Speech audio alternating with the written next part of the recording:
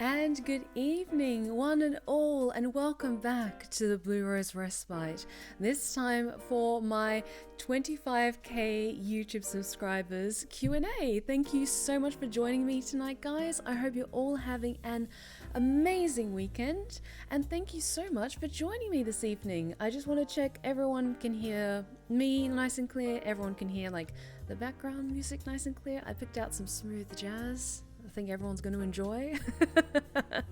But how's it going, guys? It's so good to be here. With all of you lovely Lost Tales this evening. Just checking I've got everything all sorted.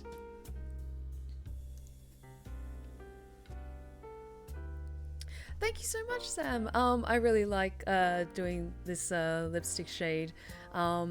But one, it looks really, really good on camera, and two, it just complements everything so nicely, and I love it. I love it so much. So thank you. Okay, my voice is crisp and the jazz is smooth. We're all good to go, guys. But thank you so much, everyone, for joining me this evening as we celebrate hitting 25,000 subscribers on YouTube. To each and every one of you who is subscribed, thank you from the bottom of my heart for your astounding support. I've been absolutely blown away in the past year of just how much my channel has grown bit by bit, especially considering it took me so long to reach those first big milestones. But I celebrated each of the small steps along the way, and to each and every one of you who has watched my videos, who has supported me, who has pledged to me on Patreon especially, as well as on Twitch, being a Twitch subscriber, who's sent bits, donations, all that good stuff. Thank you so much for your incredible support.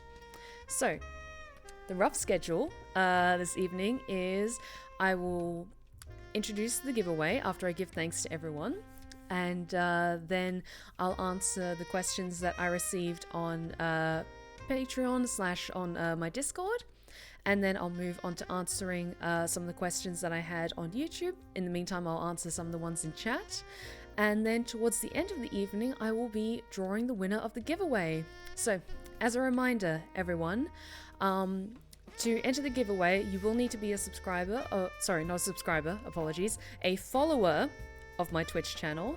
But if you are a subscriber, then you do get 5 bonus tickets for the raffle. So be sure to be following my channel in order to take part. And the gift that I'm giving away for this giveaway is a Steam key for Resident Evil Village. So if you already have a copy, but you want to give one to a friend maybe, then feel free to enter. But thank you so much for joining me tonight, guys. I can't wait to get started. So, first things first, before we start the giveaway, I first want to thank my incredible patrons over on Patreon. So, for my Cherubim of the Archive, a huge thank you to Ben Haliotis.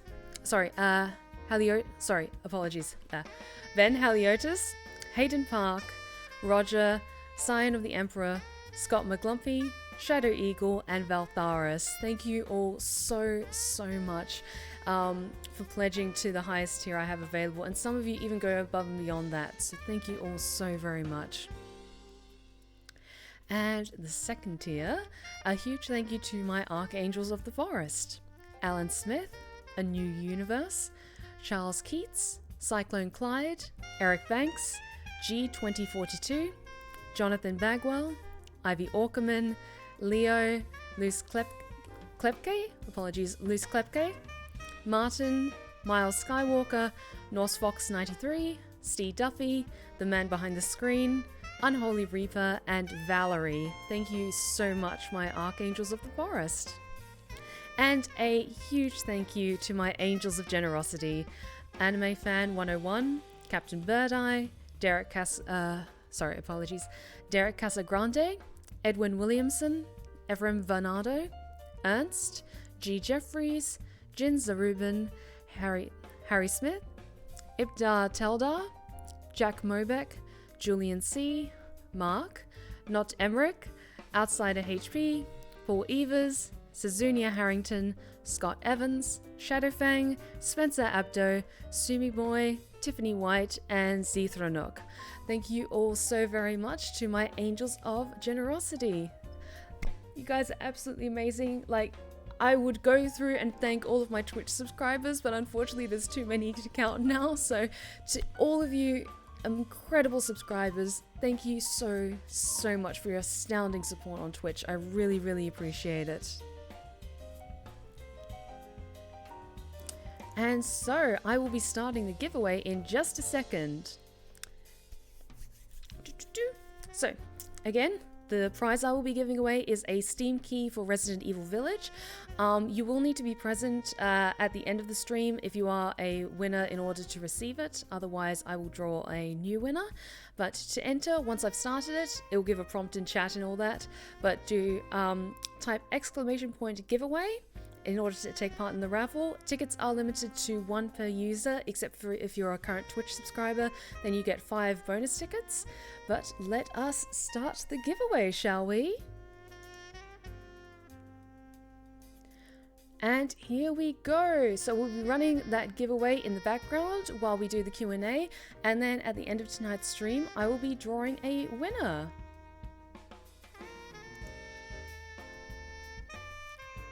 So yes, type !giveaway in order to enter the raffle, and best of luck, guys!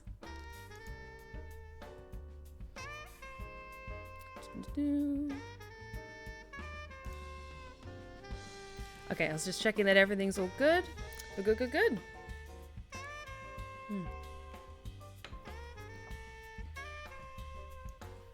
So, let's get things started with tonight's Q&A. I'm honestly taken aback by just how much my channel has grown in the past few months, because I was looking back on my notes, and I think the last big milestone we hit was 20k, and I hit that in July. So the fact that we're hitting 25k in January, only a few months later, is absolutely incredible. So thank you all so very much for helping me reach it. Okay, so let us start out with the questions that I received from my patrons and my Twitch subs over on Discord. Our first question of the evening comes from Barden's Odyssey. What has been your proudest Twitch/YouTube moment? That is a very difficult question to answer because I've had so many incredible moments over the past years that I've had both a YouTube channel and a Twitch channel. I think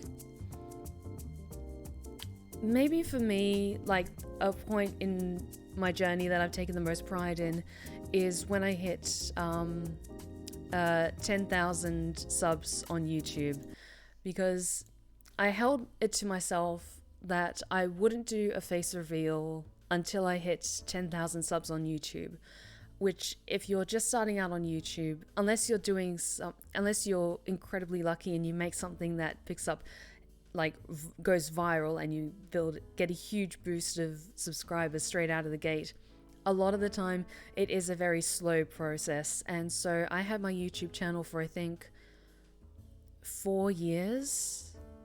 Yeah, 4 years or so before I hit 10k, and that whole time I was still narrating creepypastas and other stories, and I wanted to wait until I hit 10,000 before doing a face reveal, because I wanted for myself that I had built this channel and I had drawn in this community and built this community purely on the merits of my storytelling, my hard work, and essentially just my personality, without like this being a contributing factor. Because while my self-esteem isn't where it is now today, I feel much more confident in myself. I knew that if I did do a face reveal earlier, then I would draw a little bit more of an audience, and people might be more inclined to see what I have to say, to be like engaged in the content that I create. But I think for me, because I had so many years of like slow steps in reaching that first, like the first of the huge milestones. Like, I'm not just talking about like the other milestones, like 100 subscribers, 500, 1,000. Those are all absolutely incredible. But hitting 10K was a goal that I was just steadily chipping at, getting closer and closer with each step. So I think that's probably my proudest moment, because it was something that I held myself to. I wouldn't do a face reveal until I hit that milestone, and I felt much more comfortable in my own skin. And then I hit it, and then I did my face reveal, and the rest is history. But we have a hydrate check from Daniel, and I hope that answers your question, Bardens. Thank you. So, one second.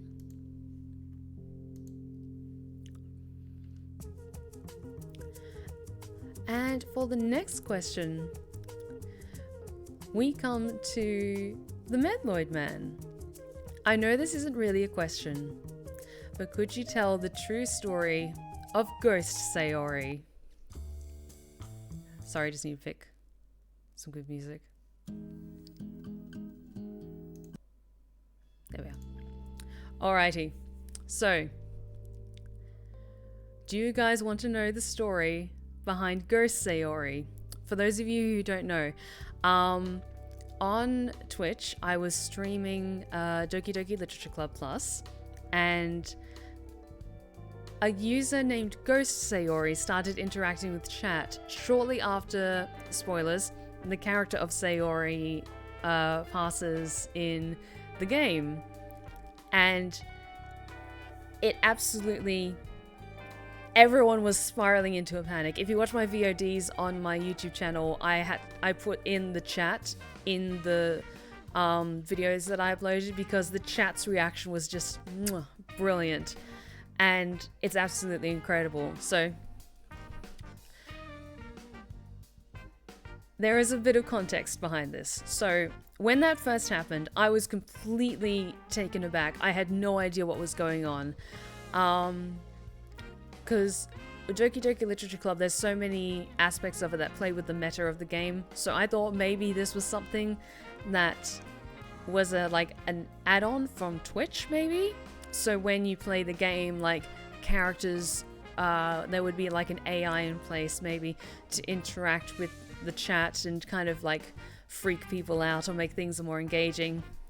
And some people absolutely lost their minds, myself included. And so then Ghost Sayori, the user Ghost Sayori, was gifted a subscription, which meant that they could enter my Discord. So they did, and once they did, everyone was freaking out a little bit about it, and I privately messaged Ghost Sayori just to ask, is this a AI? If it was an AI, I wouldn't expect a response or like an automated response or something like that, but I sent them a message just to check if it was an AI or if it was a user, and if so, just so that I wanted to have an idea on how to properly moderate this, and then I could let other mods know, just because it kind of threw a bit of a curveball, an absolutely amazing curveball. Like, I was loving it, but I just wanted to make sure that, you know, everyone was on the same page, just for make things easier to manage.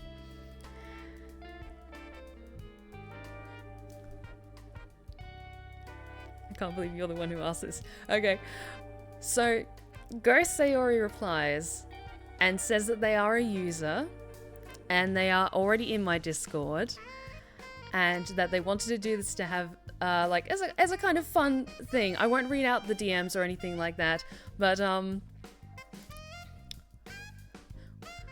will Ghost Sayori please step forward? The person behind the persona. Feel free to announce yourself in chat if you so choose.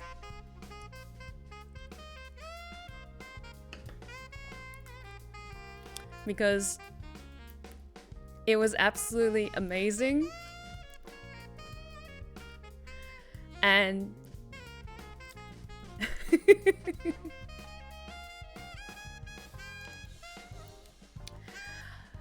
yes, indeed. Oh, that is totally fine. But yes, indeed, the user behind the Ghost Sayori account was the Metloid Man. And they messaged me from their other main account. As they say in chat, they apparently used smaller disposable emails in order to set up this account, the Ghost Sayori account. And so they messaged me from their other account just to clarify, and I just had a quick chat just to make sure that they were aware that just my Discord isn't really one for RP. It's fun to have a little bit of fun with this because it's such an amazing thing. But then, like, just because not everyone in the Discord was watching my streams of Doki Doki, just because some of the content can be quite upsetting for some people, which was totally fine. But I just wanted to make sure that if we wanted to keep this going, then we just have some fun with it, but not make anything too dark. But yes, chat, a big round of applause to the Medloid Man for playing Ghost Sayori in chat, because they continued to do so over the time that I was streaming Doki Doki Literature Club. Val got the Lich, thank you so much for the 100 bits. Hello, I just thought I'd pop in and say hi real quick. I can't stay though because I have to get ready to leave for work, so I hope you have a great stream and a good day. Thank you so much, Balcoth, you're absolutely amazing, and best of luck with work. Thank you so much for dropping by. Medloid Man, I was gonna ask, were you Yuri and Natsuki as well? I actually had the Sayori, Yuri, and Natsuki. That is absolutely incredible, because I was just about to say I didn't know if the other users, those three, were done by the same person, or if once Ghost Sayori was introduced, if other users were joining in on the fun as well. But apparently Medloid Man was the mind behind all three of those accounts, Sayori, Yuri, and Natsuki. So, a big round of applause to the Medloid Man. But I do want to also say that the Monica account that joined the chat was not Medloid Man. That, I believe, from what because I did a little bit of research, that I believe is actually an AI that was built into Twitch to interact with the chat if you're streaming Doki Doki Literature Club. Which is incredible and so awesome. And so we just had this amazing couple of streams of me playing this game where everyone in the chat was like freaking out whenever Sayori or any of the others would chat.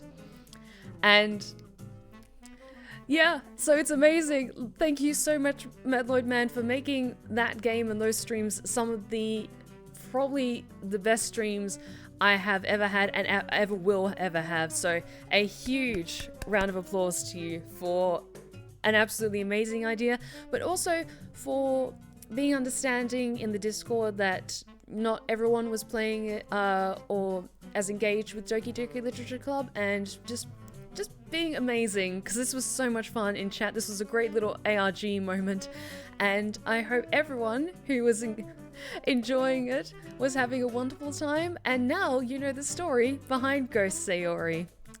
Oh, like when I saw that you were the one who asked that question, I was like, okay, I'm gonna wait, double check with them in chat if they want to reveal themselves. But yes, the mind behind Ghost Sayori was the Metloid Man, and the thing is, they did not tell me about the other accounts for Yuri and Natsuki, so I really didn't know if it was also Medloid Man or other users. So all of my reactions to the Monica, the Natsuki, and the Yuri accounts were all 100% like genuine. I was maybe like playing it up a little bit with Ghost Sayori, but honestly, I was just having such a good time, and I wanted like everyone to keep having a good time, that I wanted to just keep rolling with it because it was so much fun. So a huge thank you to Medloid Man for just making that absolutely incredible. Mwah. Chef's kiss.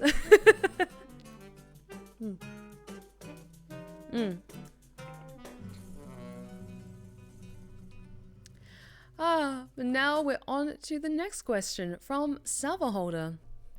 What's your writing process, and how do you know when a character or a scene for your ASMR tales has made it and will get its recording? That is a wonderful question. So, what I have is, on my phone, I have a short list of concepts or like short prompts that I've like had an idea for, like this sort of character, or like this is a prompt for like a little scenario. So it's a combination of, I'll think about like what area or like what kind of story haven't I really explored in a while, or like what kind of, I don't know, what kind of like type of ASMR haven't I made recently. So like say this month, for example, in the second week I released another Silka ASMR tale of my beautiful moth girl, which is much more soft and sweet and was more about cuddles. And then the one that came out yesterday with the magnificent Glasha the Greenfire, my beautiful orc, that was much more aggressive and much more dominant. So I usually plan out in advance, usually a month in advance, like I'll pin down what story or what kind of character I want to write. And then from there, I like to do like small bursts across a long period of time, unless I really get into the groove and I just start writing. So I have a short list on my phone of ideas that I've either like it's just come to me, or I've seen like, oh, actually that's an interesting idea, but maybe I could do it this way, and then I'll write that down. And then either I'll be caught up and I'll think like, oh, I really like this idea, and then I'll schedule that like for the next month for like the next script that I work on. And then when it gets closer to the time, I'll look at like, okay, what have I scheduled? Because sometimes I can get quite forgetful because I'm like spinning so many plates. I'm usually busy so much.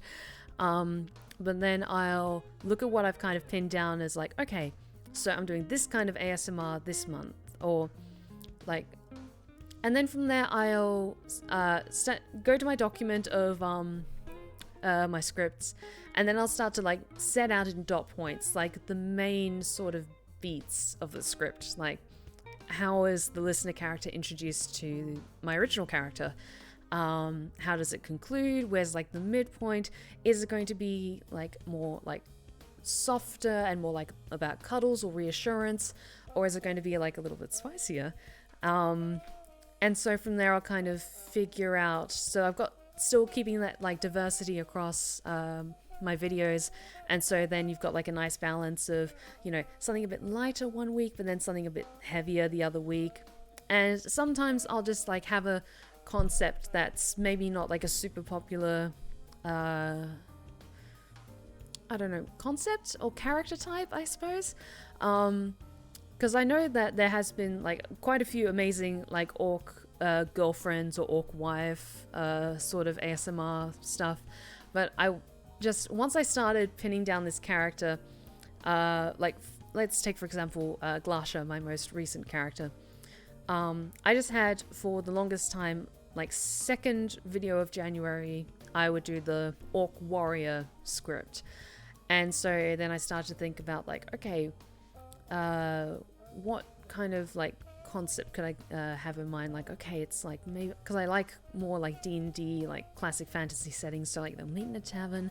I want it to be a bit spicier, but how does it kind of get to that point? And so then essentially like I'll kind of plot out this beginning, middle and end, and then I'll just like fill up the dot points between them. So like off the top of my head I might think of a fun line or like something quippy that they could say, and then I'll just like put that in there. And then over time, as I'm working on it, usually within a day or within an evening, I like to then be able to say like, okay, I've got it like panned out how I want it to go. And then from there, I'll sit down and I'll write the script. And the script writing itself can take a little while. It depends if I'm like really driven by inspiration or if I feel like I have to write it. Sometimes I felt with some of my scripts where it was part of an ongoing story, like say for example Behind Heaven's Veil, for example, which is still on indefinite hiatus, apologies. I've got that story entirely planned out, but it's just some of the chapters, it would be more about like exposition and figuring things out, because it's it's a single chapter of a greater story. Whereas I'm actually really enjoying writing the self-contained ASMR tales a lot more, because they feel like punchy and there's more stuff to them, and it feels less about like having to worry about a big story and just focusing on like a little story at a time. And then from there, sometimes that can even grow into larger things, like my Drider and Moth Girl series eventually became Trapped in the I think it's like, is it Trapped in the Monstrous Wilds or Lost in the Monstrous Wilds? Give me a second. I've forgotten the name of my own series. Tangled in the Monstrous Wilds. There we go. And then that eventually like became its own story, and that just kind of happened organically, because like over time I was like, okay, people are really liking this character and I really like writing this character, so what else could this character do?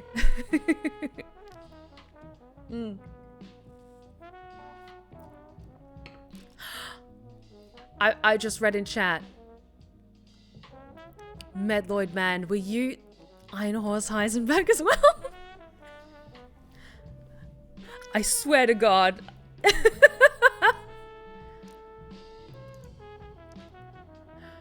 Oh my God. Were you Iron Horse Heisenberg?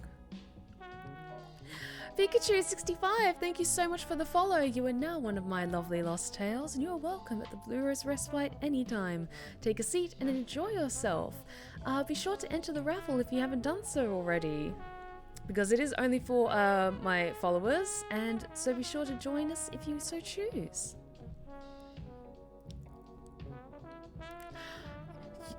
Medloid Man, you sly dog. Unfortunately, I can't get into the accounts I made with temp emails, so I can't use them anymore. That's okay. Like, honestly, that was just amazing. That was so much fun, having those character interactions. I'm doing great, Firju. I hope you're doing well as well. But yeah, sorry, back to the question. That's kind of like a rough idea of like what my writing process is. It's generally like an idea will come out of the blue, or maybe like I'll read it as a suggestion on either my Discord or in my video comments, and if it sparks like in that little beat of inspiration, or I think, you know, I can actually work with that, then I'll make a note of it, and then if I'm running like a little bit dry on inspiration, I'll check the page where I've got all my notes, and then from there I'll take like step by step to figure out if I can write a full script with the character. Sometimes it works well, sometimes not so well, but it very much is a bit of a gamble, to be honest. Like, I know there's some concepts or character types that are much more popular than others, like cat girls, for example, are very popular as ASMR subjects, but I didn't want to write a cat girl script until like I had a really like an idea that I didn't think had been done before, you know what I mean? Not saying that there's anything wrong with like writing a particular character type again and again. If you can keep coming up with amazing ideas, that's amazing. It's just that I personally like to feel that organic creative flow when it comes to my stories. Just find an interesting way to create these characters, and yeah. So I hope that answers your question. Thank you so much, Salvaholder.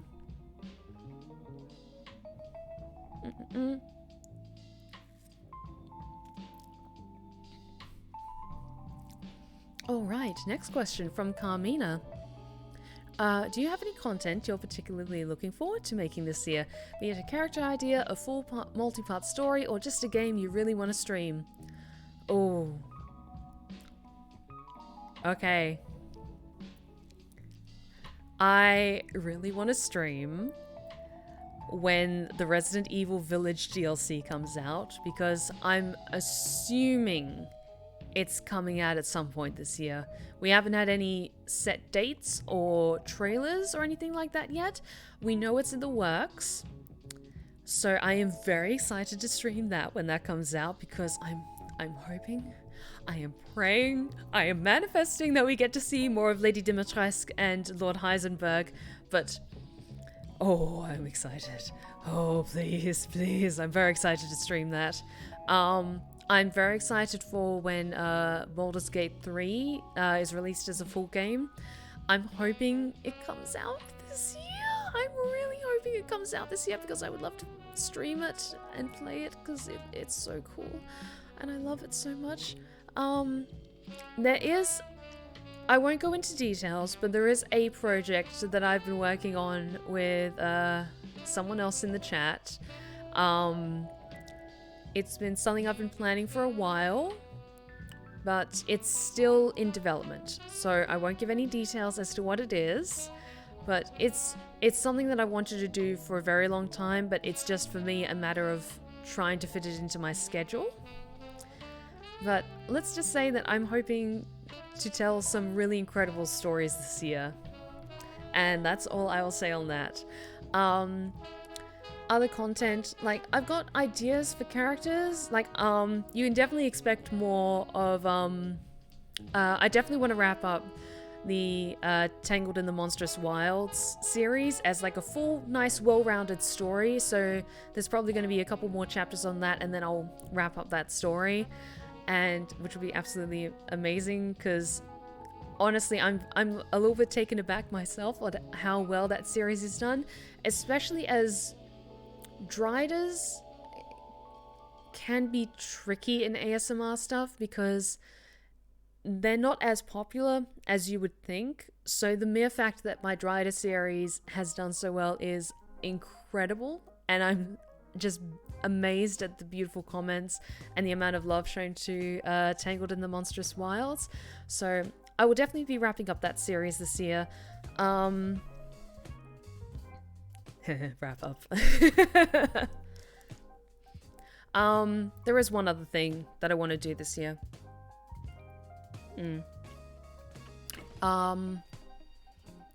I won't bring down the mood of the evening, but I want to finish the project that I've been working on, which is to remake certain chapters of The Disappearance of Dr. Sharp and re-release that series. I'm just finding it very difficult to return to that series, especially because I had thought that it was just wonderful the way that it was, but given the events of last year and having to private that series for reasons I will not talk about,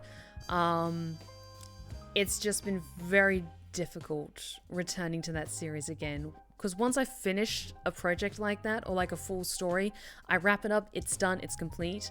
So the fact that I'm having to uncover it again and erase certain parts of it is very difficult for me.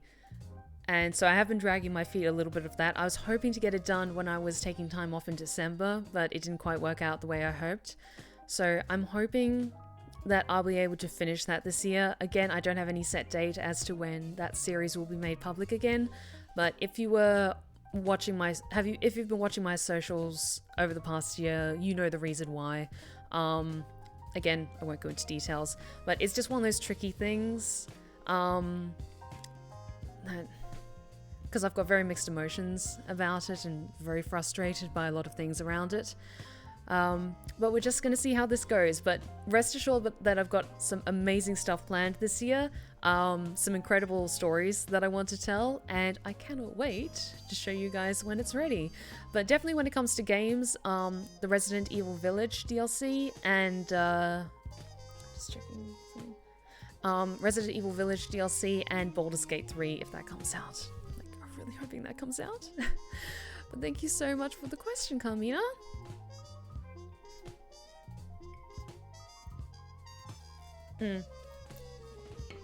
Actually, because that is kind of related to that previous question, I'll just answer it quickly in chat. Daniel V asks, I have a question. Will you continue behind Heaven's Veil series? I'm not sure. I'm not sure because I had cast someone, I won't say their name, as what was essentially going to be like the main villain of the series, and then I had to private the most recent chapters before that character was introduced. So again, it feels like there's just like a massive smear across both Behind Heaven's Veil and the disappearance of Dr. Sharp, and it's just like, it feels like it's just exhausting me to try and scrub that smear out of it. So I'm not sure. I'm hoping to, but I'm not sure. At the moment, I'm really enjoying writing the self-contained ASMR tales where I get to introduce new and amazing characters. So, yeah. That's all I'll say on the matter. Like, it's just one of those things, like, it's very complicated because it's very complicated. So I'm hoping that I'll continue Behind Heaven's Veil, but I don't know. I don't know at this point. And I apologize for any disappointment for people who enjoyed that series. It's just because I've got so many complicated and mixed emotions about it. I'm not sure when I'll be able to return to it. So I do very much appreciate your understanding, and thank you. It really does mean a lot to me. Thank you. Oh, good time for a stretch check, Hayden. Thank you. Oh, and a hydrate check. Thank you, Bardens.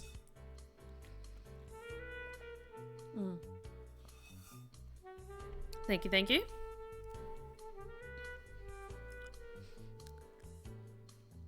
And yes, just before we move on, the person that I'm referring to has been arrested and is being held without bond.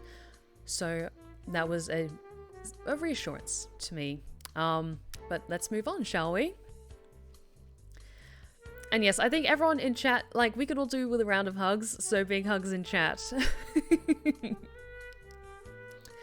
But next question comes from Captain Deadpool. What got you started doing voice work? That's, for lack of a better word, I stumbled into it, really. Because I started out as just purely doing narration on YouTube, and narration is very different from like voice acting for a character. So I was a narrator, it's mostly in creepypastas, but also like public domain stories, like some Edgar Allan Poe, some Lovecraft, fairy tales, all that stuff. And then 40k Theories asked if I'd be interested in doing some voice work for him. And then he asked me, oh, would you be interested in doing lines for this, audio drama that I'm working on? And I was like, yes, absolutely.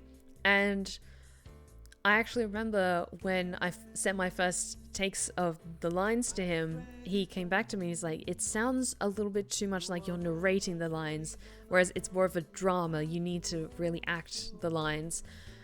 And that was essentially like the first attempted voice acting I did, really. Like, I tried like for recording some like little bit pieces for like auditions, but nothing really kicked off, or like I would get too self-conscious and I would think the audio sounded terrible because I knew nothing about cleaning up audio or anything like that.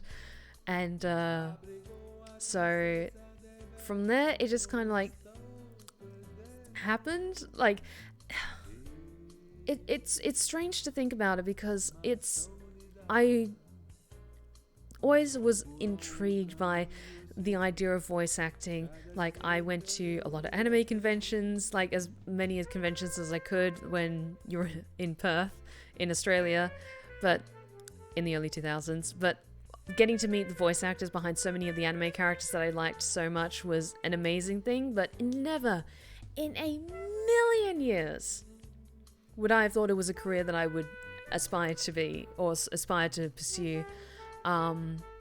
So after I did the, what was it called? Crisis of Faith, I believe is the name of the series, the audio drama series on 40k Theories' channel.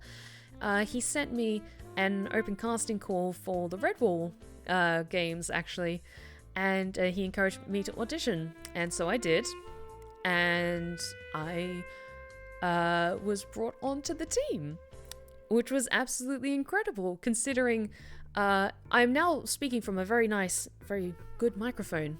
But if you remember my old microphone, it was good for a very, very long time. It was amazing. I knew nothing about audio production though, especially when I submitted that audition. So the mere fact that they asked me to join the team is absolutely incredible. And from there, like, I still kept doing narrations and kept building my channel, mostly with the foundation being like narrations, creepypastas, like Warhammer lore and things like that. While like slowly increasing my subscribers bit by bit, but then I started getting interested, like, okay, I want to do something different, like I want to do something new. And so then I released the first chapter of The Castle of Blue Roses, and kind of the rest is history. Like, voice work, at least pursuing voice acting as a career, it's something that I didn't really think I could do until maybe about 3 years ago, when just it kept picking up more and more, and it was the realization of like, people really like when you voice characters. Like, they really like when you voice characters and you get good feedback on the roles that you do, and you're consistently getting cast in things. And so just keep doing what you're doing, pretty much. And then after that point, just I put much more time and focus and investing, like, thanks to you guys being so incredibly generous, into like new like setup, better microphone, better soundproofing. And so from there, it just kind of like was one step after the other. But honestly, I never expected to pursue voice acting, because like, you need talent and you need like charm and like charisma in order to do that. Pfft, I don't know of any of that. But at the same time, like back then, I was much more self-conscious of myself. Like, my voice was the biggest thing that people knew about me online. But over time, like, especially after doing the face reveal, like, what, 3 years ago now? Yeah, this was like 2-3 years ago or something. Yeah, because what, it was 2020. Like, the start of 2020, I think, that I did my face reveal. And so from there, it just kept going. And I don't know. I still think I genuinely do have a lot to learn. Like, I want to take proper acting classes and classes to help diversify my voice so I can do a better range of accents. But like, launching my website, not last year but the year before, and like last year getting my own IMDb page and being nominated in the Audioverse Awards, I think it was 2020. It was just these incredible milestones that just never in a million years had I thought would actually happen to me. And now it feels like I'm so much closer to a life of being able to pursue this creative career, like streaming on Twitch and voice acting and getting to be in incredible productions with incredible amount of talent and passion behind them. So yeah, that's kind of how I got started doing voice work. Thank you so much for your question, Captain Deadpool. Hopefully I didn't ramble on too long. Oh, awesome, Night Kaiju. You say, a present is ready. I cannot wait to see it.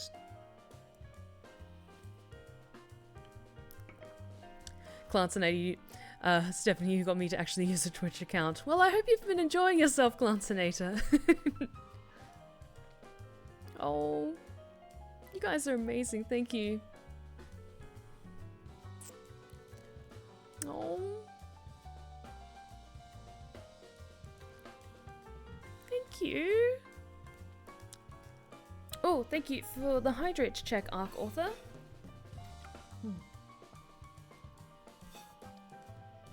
Oh, it's all good, Daniel. Thank you so much for joining us tonight, and you take care, okay?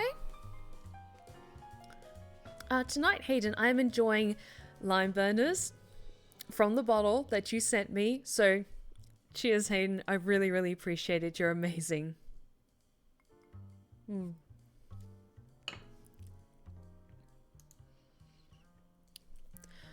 Alrighty then. On to the next question. The man behind the screen asks, on a scale of 1 to Sam, how much of a kick do you get out of absolutely destroying your audience with your characters?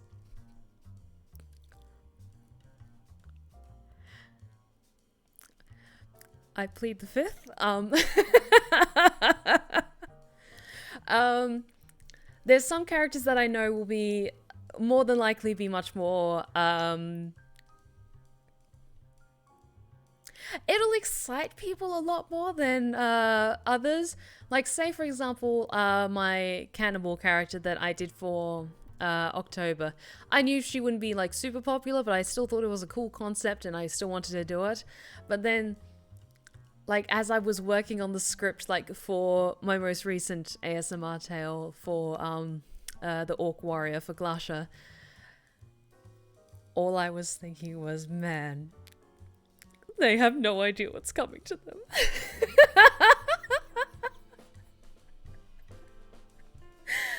Because I don't want to write stories or create characters that I feel are pandering, because you guys deserve better.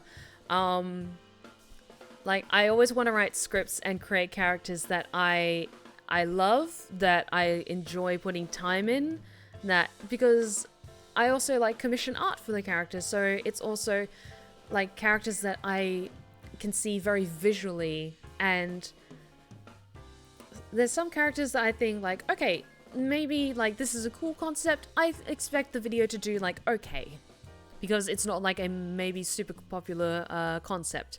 And then there's other characters, especially if I get more into the spicier side of things, that I know will be evocative for some people. But at the same time, I've had videos where I thought like, oh, this is going to be like amazing, it's going to draw like a huge like crowd, everyone's going to be like so excited, and then like they do okay.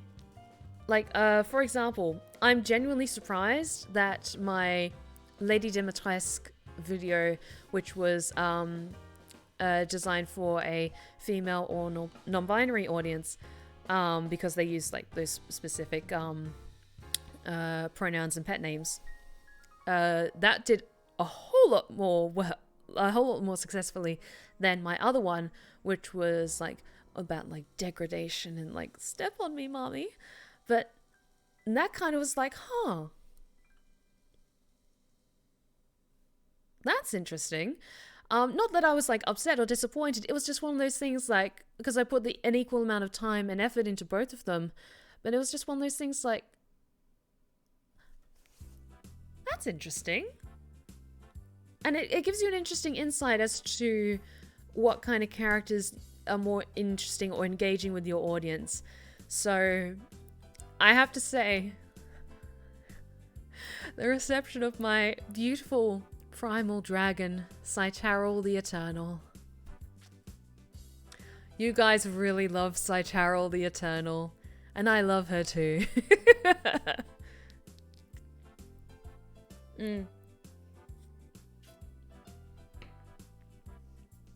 I don't want you to feel like you need to pander more than being pandered to. I'm okay to pander to. I just want creators to feel good about themselves. That's really sweet. Thank you, Samuel. Like, there's some people who they have like a niche and they know that's what their audience is for. Like, they do the same type of ASMR, the same type of character over and over and over again. They might have different characters within that kind of set parameters, but that is what they're known for. They do this type of ASMR. Whereas I'm finding more and more, like, a lot of people really enjoy, like, the ones that are, like, maybe a little bit spicy. Not enough to, like, break the code of conduct, as it were, for YouTube. But enough that it just, like, it makes you swoon. Just a little bit. Just a little bit. And there's definitely some characters that just, as I'm writing them, the words are just flowing onto the page and I am loving every second of it. And then Ren Pen comes back with the sketch for the character And it's just like chef's kiss, just like perfect. Like with Glasha, my most recent one. Sorry to keep gushing about it, but just I'm so proud of how the art came out. Renpen is so fucking talented, you guys. And she's absolutely wonderful to work with. And the script just it just flowed as I was writing it. And it just came together so beautifully. And I was so proud of it. But then as I was writing it, there would be moments, like I find a lot of the time, especially when I'm editing the audio, like after I've done my performance, and then I'm listening back to it, because that's no longer me, that's the character. I'm like, there's some lines that I listen back to my delivery on them and I'm just like, oh my. Like, I try not to, like, get all hyped up on the sound of my own voice, but when I say certain lines, like, at times I'm just like, is that really me? I don't sound like that, do I? And so I love just seeing people get so enraptured in the comments and on the Discord. Like, you guys are just incredible, and I'm just so grateful that you guys give such incredible feedback on my videos. So I absolutely do get a kick, and on a scale from 1 to Sam, I'm a good 8 or a 9 or so. Like, when I have a character that I know is based more on a concept that I won't get super popular, I'm just like, okay, I'm really happy if some people like them. But if I feel in my gut, like, this character's awesome, and they're gonna know she's awesome, and they're gonna love it, that I just get an incredible kick out of, and I just delight in seeing people's comments. They're all very respectful, they're very sweet, but I just get such a kick. Just that boost of serotonin in my brain is just amazing. So to all of you who have shown so much love to my ASMR tales and to my original characters, thank you so much. Oh, but thank you so much, the man behind the screen, for your question.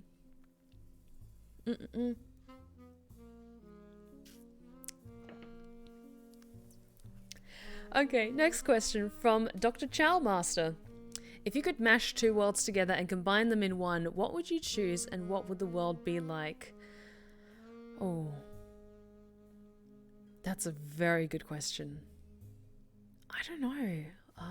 What two worlds am I really, really invested in?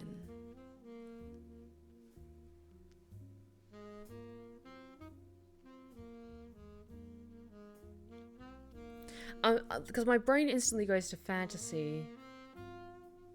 So I'm just trying to think of, like, combining two worlds, but I want them to be of, like, a similar time period, you know? Like, for example, Harry Potter is in a much more modern setting than Lord of the Rings.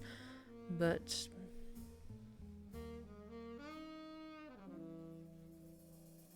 my mind goes to The Witcher, but I'm trying to think of, like, what would be a combination for, like, The Witcher plus something else.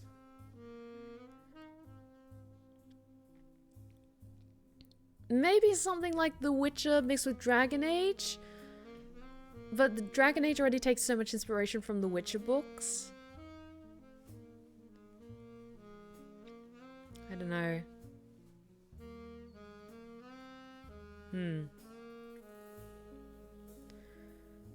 Just trying to think.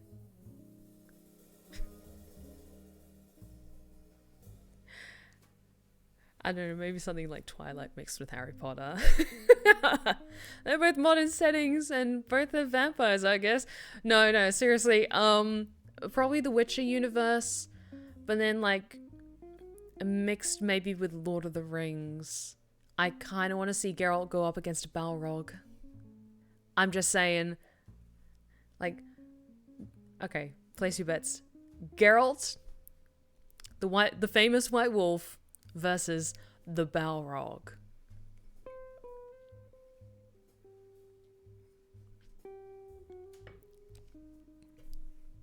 I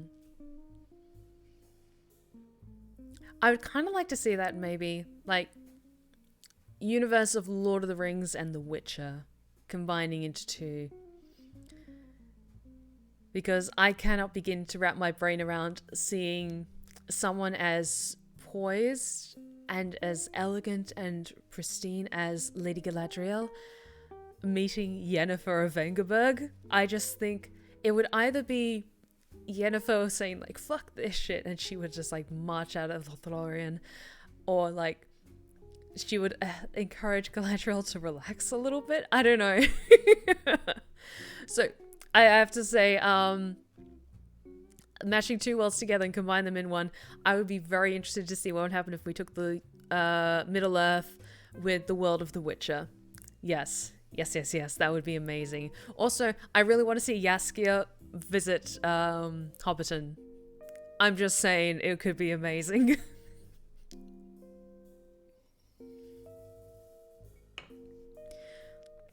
All I can imagine is Geralt standing on the bridge, like essentially in the place of where Gandalf would be, and just like looking up at the Balrog, just going, fuck. Just having none of this shit. Although I could maybe see, maybe not Geralt defeating a Balrog, I could kind of see Yennefer maybe defeating a Balrog. That would be interesting. Yennefer versus a Balrog. Ah, that'd be cool. Okay, yes. Thank you so much for your question, Dr. Childmaster. That was awesome. Thank you. Our next question comes from Samwell. Their question is, how did the ethereal Fae gods rope together all the stars in all the heavens to create the gorgeous visage that is you? I can't answer that question fully because I sadly do not have any Fae gods currently with me in this plane at the moment. I will say what did help along the way was finding a skin routine that worked, going to therapy for a few years, and taking small steps of self-care, like finding a haircut and a hair color that I really like, and having very pretty parents. I am very lucky that my parents are, they're lovely. They are very lovely. And so I'm very thankful for the wonderful this that happened. But I'm also very thankful for being able to go see a wonderful therapist that helped me a lot with overcoming a lot of stuff and difficulties with my self-esteem and self-care in the past. Because all through my teens and a good part of my 20s, I was really bad at taking care of myself and just figuring out, like, feeling comfortable in my own skin, like, in terms of, like, finding a haircut or a hair color that, like, I really felt good with, finding ways to properly take care of myself, like, finding clothes that I felt comfortable in. And it's still an ongoing journey for me, trust me, but just being able to go to the gym regularly so I'm able to, like, feel better about my body. But yes, once I find some ethereal Fae gods who will answer your question in full, then I think I can answer that question properly.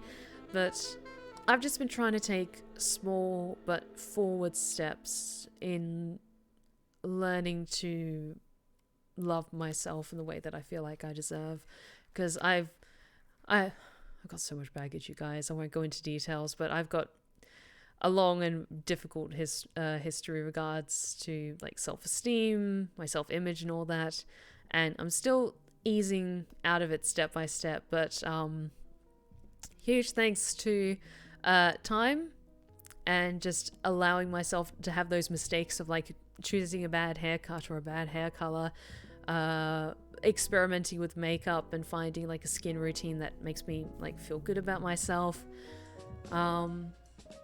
But yeah, I won't go into too many details, but it's still an ongoing journey for me. Like, there's a lot of things I still struggle with in terms of, like, my appearance and my body, but I'm getting there.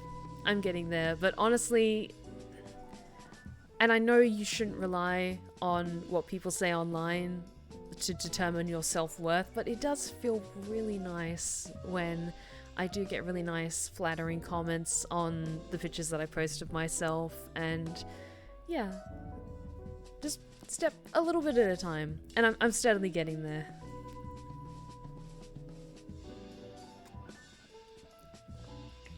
Oh, Vardens, it's not that bad. Like, it was a lot worse, like, before I did, like, my face reveal, and, like, essentially, from my face reveal onwards, you guys are seeing, like, years in, like, almost complete product, almost complete product of years and years of trial and error, as it were.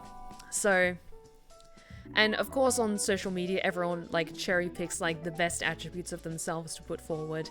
And there will be occasions where I stumble, or I might say or do something accidentally that is, like, a little bit, but I'm still figuring things out in terms of, like, my self-esteem and my self-worth, but I'm getting there bit by bit, and it's okay. It's okay if you're also doing that, because we all get there together, and it's okay. I'm just trying not to let validation online determine my self-worth, and knowing that that needs to come from within and all that good stuff. But yeah, definitely finding a good skin routine, finding clothes that I enjoy wearing, that I feel comfortable in, and figuring out how to do my makeup in a way that I like really helped. Definitely helped. But thank you so much for your questions, Samuel. I do very much always appreciate your comments.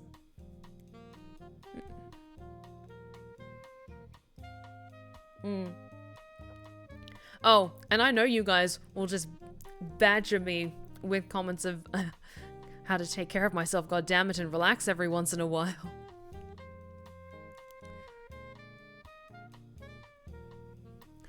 And moving on to the next question.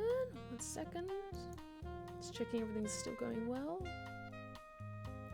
Okay, we've got just under an hour until the end of the giveaway. So apologies that I've been rambling a little bit with some of these questions. I'll try and, like, shorten them down a little bit.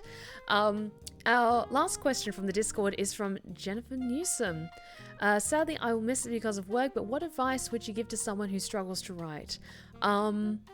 It depends. If you're writing as a hobby, don't beat yourself up too much if you go through bursts of inspiration, but if you're doing it as a way that is earning you money, whether it's via Patreon or it's for scripts for YouTube videos, treat it like a job. Honestly, knowing the responsibility of having a commitment to making like 2 videos a month, and knowing that I have to write 2 scripts a month, it's that little bit of pressure that tells you to keep going. So if a script or a concept isn't working out, then I'll switch things up and look at another one, or I'll talk to a friend and just be like, hey, this idea, I really want to write it, but the concept isn't coming together. And then, like, maybe even distance myself from it for a little bit and then come back with a fresh perspective. If you're just writing as a hobby, it's totally fine to go at your own pace and just, like, have those little bursts of inspiration where you write like a couple of pages or even like 10 pages, and then sometimes you can only write a few sentences. But if you want to pursue writing as a profession, being able to just have a consistent pattern of doing, I would recommend, if you want to do it, like write a novel, for instance, plan everything out to the best of your ability. Not like in terms of like every single thing has to be planned, but having it broken down into, this is the theme of what I want to write, this is the general concept of it, this is these are my characters, and here is like the things that go wrong, how they're resolved or if they're not resolved, and then when or how it's going to end. Having those essentially big bullet points, and then from there you can start to think of like scenes or moments based off of the characters' wants and desires, that then will help to get an idea of, okay, so if they want this, then by the midpoint, should they have acquired this, or are they still fighting to get this? And have they got this, but it doesn't make them happy? So it's stuff like that. I'm speaking as someone who has a master's in creative writing and publishing. Very much like the planning process can be different for everyone, but this is just what worked for me. Having like a general premise or concept and then going from like the big bullet points in terms of planning like beginning, middle, and end, then breaking it down into smaller scenes like X character and Y character have conflicting wants. So that would make a great midpoint, because then it's like, okay, but how do they resolve this or something? And just from there, steadily planning things out bit by bit until you've got like a full idea. And you might write like a couple of paragraphs of just like a cool scene that you have in mind. And then from there, you just start writing. I say just start writing like it's easy. I know it's not easy. But I find just planning things out help as like having almost bookmarks in your story. So then you can be like, okay, I'm writing from this bullet point to this bullet point. And so you know what direction you're heading in. But then like as you're writing, you might decide, actually, I like it where it's going in this direction more. And then you can kind of like take the story as it feels organic to you once you get into the flow of things. But highly recommend planning stuff out planning stuff ahead. Really, really helps, at least to help for me. But yeah, I really hope that answers your question, Jen.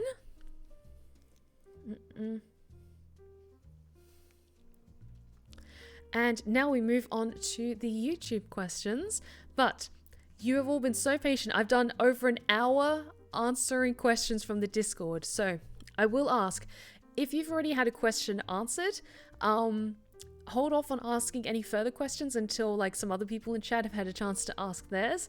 But yes, if you haven't entered the giveaway yet, please do so. The command is !giveaway, all one word, all connected, no space.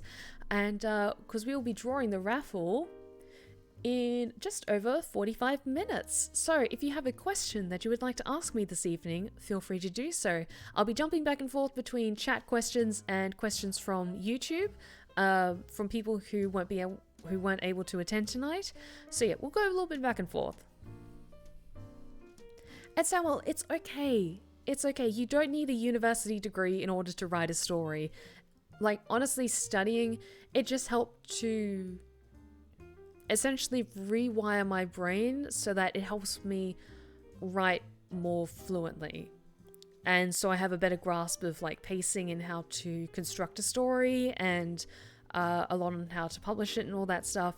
I will definitely at one point, I can't say when or what or what anything, but at some point in my life, I'll definitely be publishing a book. Didn't get my master's for nothing, damn it. So yes, chat, if you have any questions that you want to ask me this evening, feel free to do so. In the meantime, I will answer the first of the YouTube questions.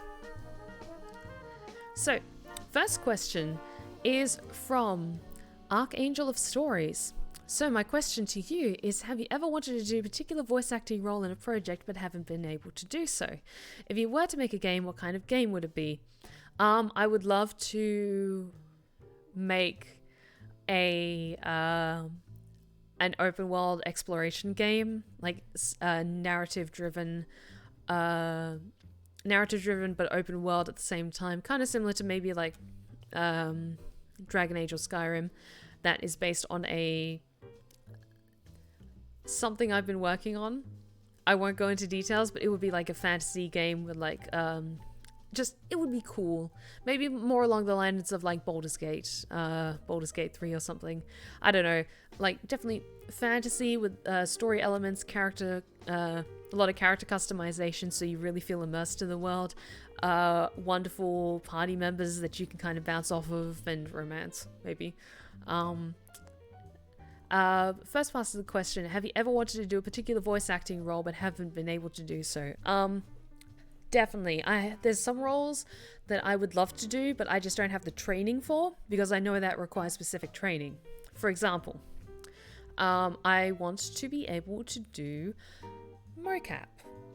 I would love to do mocap for video games, like for big video games. Like, I'm talking Resident Evil level video games, and that's something that I'm steadily working towards with my personal trainer in terms of like feeling more physically fit and capable of doing that kind of training. And then like that would be the dream, to do like mocap for video games like that, and including like the head and shoulders stuff for other projects as well. That wouldn't require the full body mocap, but I would love to do that. But that's something I've really wanted to do, but haven't been able to do so because I currently lack the training required. But one day I'll undergo that training, and who knows?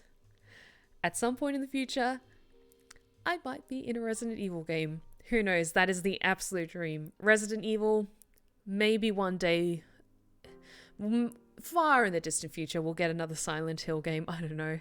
But something that like requires a mocap for like full immersion, and you get to see me in the character, like whether it's physical attributes or you get to see like the little quirks that I have in my expressions and mannerisms in the character. That would be amazing.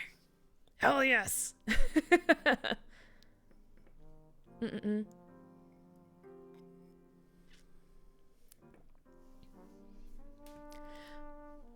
Alright, so we answered one from YouTube. Let us take a look at chat. Question from Lunahawk. We will see more of Mimi in the future, possibly. Yes. I am planning on writing more chapters set in the town of Duskgrave. I'm not going to say what bigger plans I maybe have for that setting and for Mimi, but let's just say I have dabbled. I have maybe written down an idea for a sequel. So you will more than likely be seeing Mimi again in the future, don't you worry. But thank you so much, Lunahawk. Alright, let's jump back to one of the YouTube questions from Michael Lewis. Congratulations on making it to 25k. My question is, how do you pick which monsters to add to your growing monster universe? I just have to enjoy writing them and find them interesting. Maybe there's aspects of their lore or even the way that they look that I find interesting, and I find that they're an interesting concept for a character. Like, for example, like my Dryder character, Queen Caver. Essentially, there's always going to be those ties...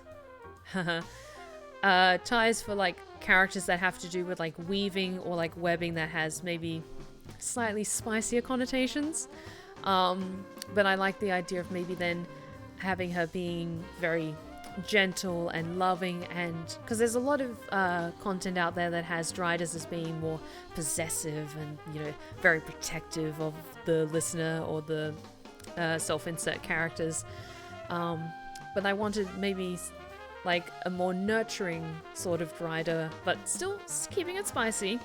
But yeah, just playing around with different ideas. Like, I'm not necessarily wanting to invert tropes, but like maybe do something slightly different. Or like with my orc character, Glasha, she was... because I wanted her still to be quite forward, like playful, aggressive, but also there's that hidden aspect to her. Like, spoilers for my most recent ASMR tale, but she also does like spell casting as well, which is why she's quite well spoken, considering for stereotypical orcs. But she's well spoken, and she's gentle and understanding and patient. While it's also still being like growly and aggressive, so still keeping like that touch of like the familiar of what you kind of expect with a character like that, but then also like having like the softer side as well, like just kind of exploring like, okay, I like this character's like look, like say for example like a Naga, so like a snake person. I haven't yet done one for my channel yet because I haven't really thought of an idea of like, okay, what can I do that is maybe a bit different? You know what I mean? Like, I'm not saying that it's not completely out of the realm of possibility for me to do like a Naga character, but I would want to do one that you know, I just have to kind of feel that spark of creativity of like, ooh, just, that's an interesting idea. And then I make a note of it and write it down. But yeah, hopefully that answers your question. Thank you so much, Michael. Essentially, what I do is like, I'm very much drawn in by like aesthetics and like that spark of inspiration that I feel of like coming up with maybe a concept for a character or for like a self-contained story that I haven't done yet. So thank you so much for your question. Our next question, jumping back over to Twitch chat, is from Night Kaiju. I know you said you really enjoyed the first Jurassic movie. Would you be interested in a scientist/animal handler ASMR RP for Jurassic Park? That sounds interesting. Like, I really like the original classic Jurassic Park. I just wonder how I would maybe write that as like a full script, you know? Unless it was like the listener character was the dinosaur or like the creature themselves. And then maybe it's more of a nurturing, loving sort of interaction.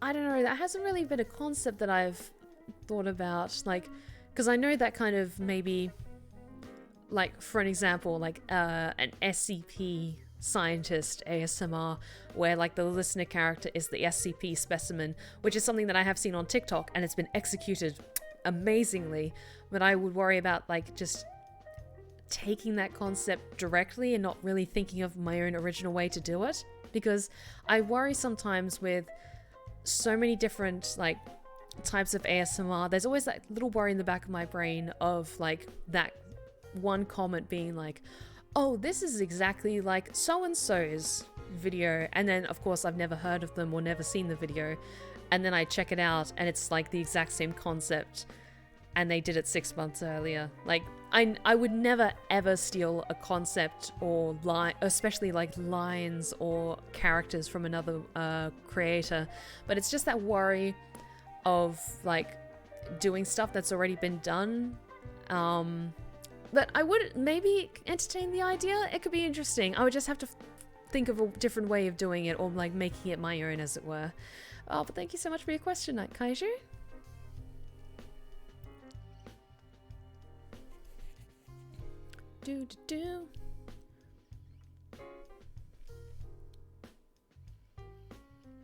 And moving back to the YouTube questions. From Ungoy Muffin, what series, game, show, book, etc. do you want to get into but you have been putting off? The Witcher series? I'm sorry. I've been trying to get into the games. Like, I tried playing the original Witcher game, but I just couldn't get into it. I bought the book recently, The Last Wish, and I'm planning on reading it because I really want to read those books because the universe sounds really interesting. I love the show so much. So I want to read the books and enjoy the books and play the games, but I haven't yet gone into playing the games. I wonder, actually chat, maybe you can answer this for me. Is it okay to just jump straight into the Wild Hunt? Or do I need to play The Witcher 2 before playing the Wild Hunt? Like, is it a direct sequel?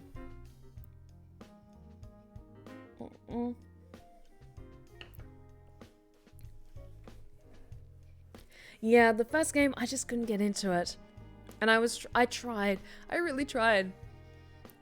But, I just couldn't. It's the same thing with like the first Dragon Age game. Like, I want to play Origins, I really do, but no. I can't get into it. Okay, people saying second game is a good place to start. That's what I did, I jumped right into Wild Hunt. Okay. The first Witcher game is hard to get into, it's incredibly dated. Just go straight to the third, they ease you into it real well. Awesome. I feel a lot less guilty then. In that case, who knows? I might play The Witcher. The thing is, some people have streamed it. I probably won't, just because I know there's a lot of nudity in the games as well, and I worry about like getting a strike on my channel. I know it's a tricky line when it comes to Twitch, when it comes to like nudity that's in video games but not like the main focus of the games. I think that's how they kind of scale it, so you can't play a game that is purely showing stuff, but like if the game is like 80 like to 90% focused on other things, and there's like a little sprinkling of spiciness, then that's okay. But I just can't risk that for my channel, unfortunately. So yes, in answer to your question, Ongoing Muffin, I would love to get into reading the Witcher books and playing the games, but because I got kind of like that sour taste of like trying to play the first Witcher game, I was like, oh, fuck this. But now knowing, thank you chat, for that I can just jump into the third game, I will give that a try. I think also one other thing I've been putting off in terms of like a thing I want to get into is reading The Lord of the Rings. I read The Hobbit when I was growing up, but I haven't sat down to properly read The Lord of the Rings, and it's a dense series, but it's a series that I do want to read cover to cover, start to finish. But that's like, again, something that I've just been putting off a bit too long. So yes, probably those two. The Witcher series and the Lord of the Rings books. But thank you so much for your question, Ongoing Muffin.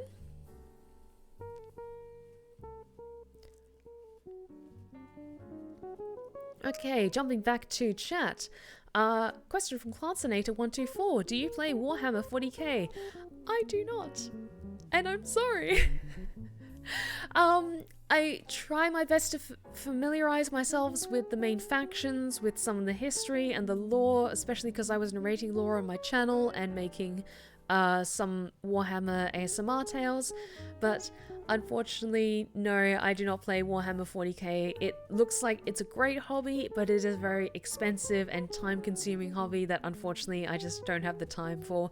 I would have loved to if I had more time and patience and money, but unfortunately no, I'm sorry. But thanks so much for your question. Just answer another one straight away from Sam. Oh yeah, how would you feel about receiving models in your PO box? It would be incredibly sweet, incredibly sweet. The thing is, I just don't have the time to paint them at the moment, just because between my other commitments, like my day job, voice acting stuff, I live in my own apartment, so I have like general day-to-day chores like cooking, cleaning, like house, apartment maintenance and all that stuff. Unfortunately, if I did receive like models in my PO box, if they were just like if they were kits or like kits with paints and stuff, unfortunately they would probably gather dust. But if it was a model that was like painted, then that would be incredible because I would be able to display it. But of course, absolutely no pressure. Like painting models takes so much time and effort. But if it was unpainted models, unfortunately, I wouldn't have the time to paint them and like really put the love and attention into them that they deserve. If it was a painted model, like a little mini that was a gift, that would be amazing. But please never feel pressured to send anything to my PO box, although it is greatly appreciated. But thank you, Samuel.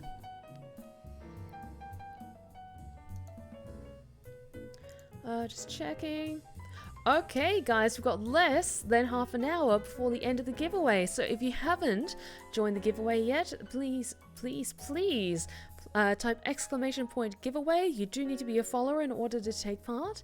And you'll be in the running to win a copy of Resident Evil Village as a Steam key. Thank you. Cool. Sorry, just trying to catch up with the chat.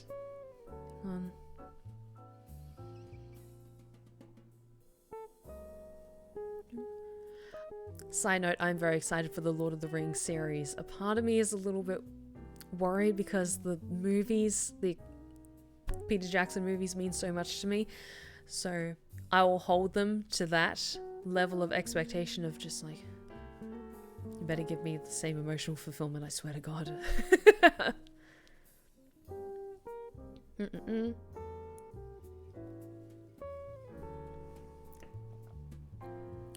Okay, jumping back to some of the YouTube questions from Child of Athena. You have done a Dark Elder ASMR reading. What do you think of doing one on the side of the Imperium? An Inquisitor or Sister of Battle, perhaps? Okay, my answer to that is kind of complicated. I had ideas at some point for doing an Imperium aligned ASMR tale, but due to, for lack of a better word, restrictions put by Games Workshop regarding their IP and using iconography from their intellectual property. I worry that any further ASMR tales from me that were inspired by Warhammer, whether it's 40k, Warhammer Fantasy, whatever, would lead to a copyright strike on my channel. So unfortunately, a similar thing as if you're in the Warhammer community, you would have seen the announcement from Brava Alpha Boosa regarding if the Emperor had a text-to-speech device. Given the instability of Games Workshop and their restriction on fan content, unfortunately I can't make any more Warhammer-themed ASMR tales. The ones that I currently have on my channel will stay until like I get either a letter or something, a notification that, hey, this isn't okay. But I don't have any plans on making any new ones, just because making ASMR tales is a big commitment of time and energy, and also resources, because I have to commission art from Renpen for them.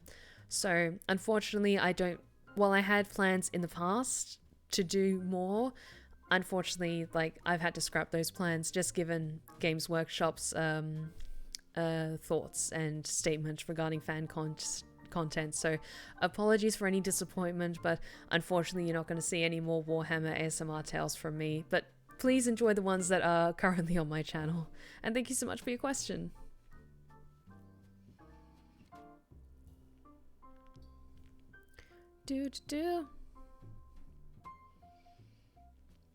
Oh, Sakonis, thank you so much for joining us tonight. Thank you. And yeah, I agree, Games Workshop isn't worth messing around with, yeah.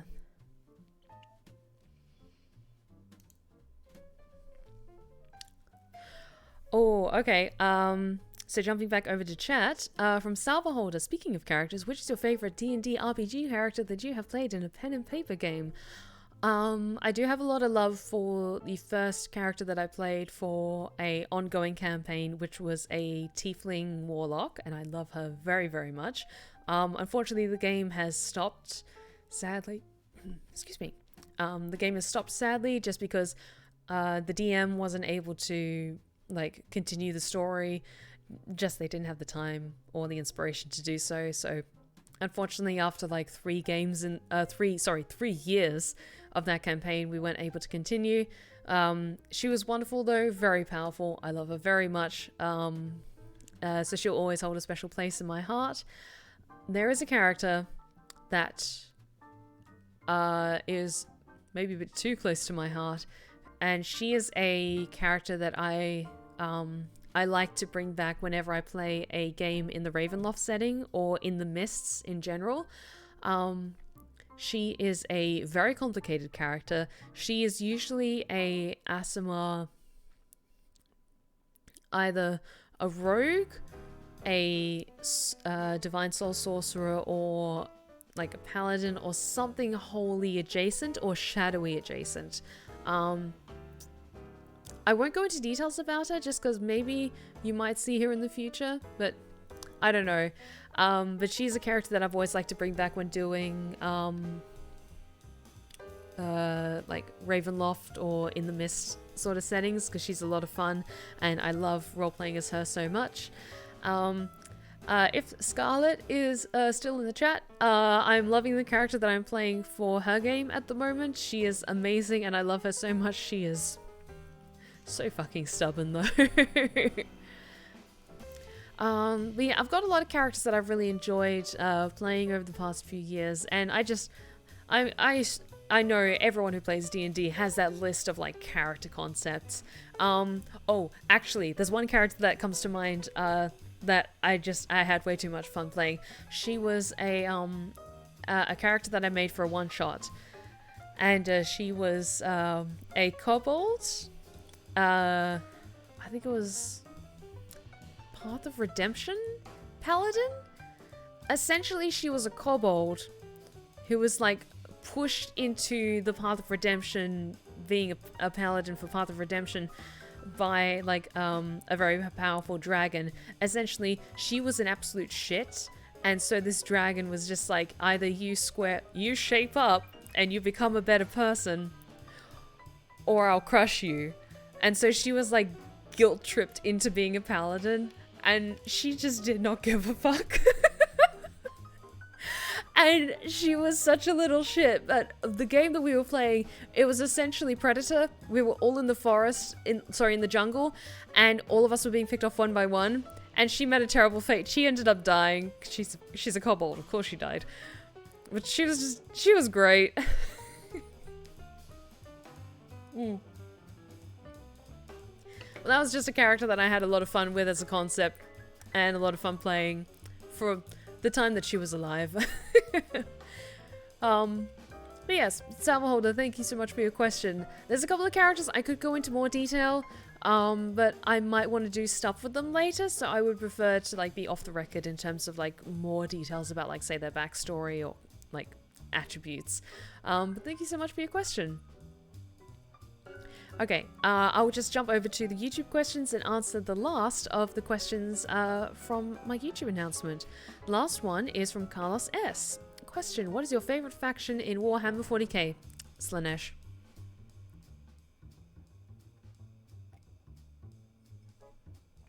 Is that surprising though, to be fair?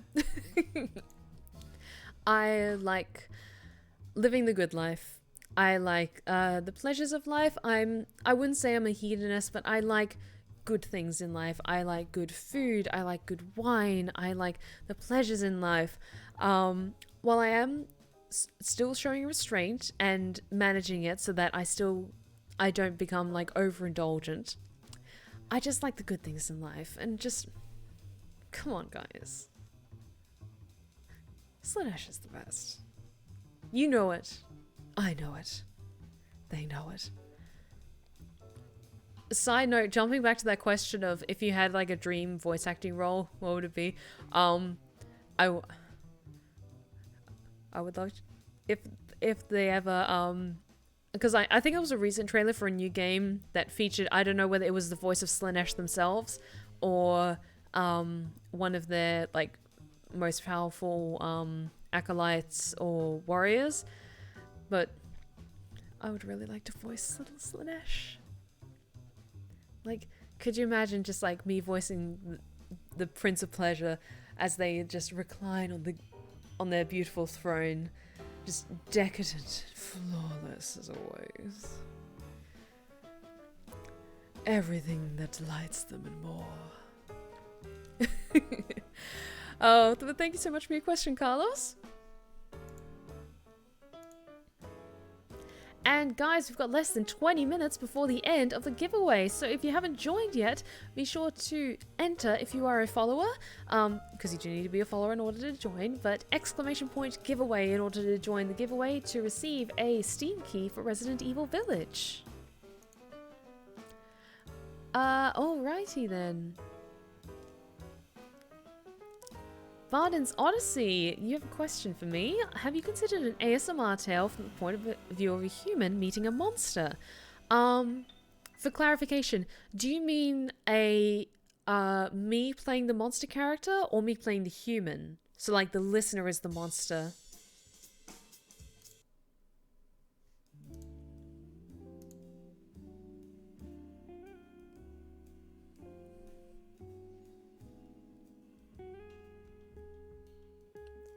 I assume by that wording, for something that's a bit different, I assume you mean me playing the human. It could be interesting. It could be interesting. Maybe something like, listener as monster. That's what I thought you meant. It could be interesting. I can imagine maybe something like the monster / listener character being like hurt or something like that, and it would be a very nurturing kind of thing, like the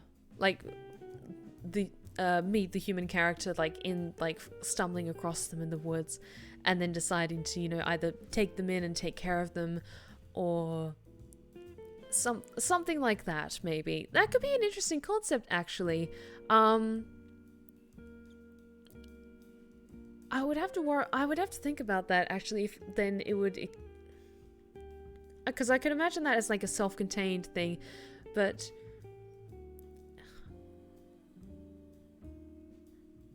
yeah, I'm just trying to think of how that would work, because like there's limitations for if I'm playing a human character, because it also depends on the setting. Am I like a human in, say, a ye old D&D fantasy setting, or am I a human in like a modern setting? And then it's more like a World of Darkness sort of thing, and the listener is like a vampire or a werewolf or something, and then you have to worry about like, oh, like you're out, I found you like bleeding out in the middle of this alley, are you okay? Like the cops came knocking recently and I lied to them to keep them away from you.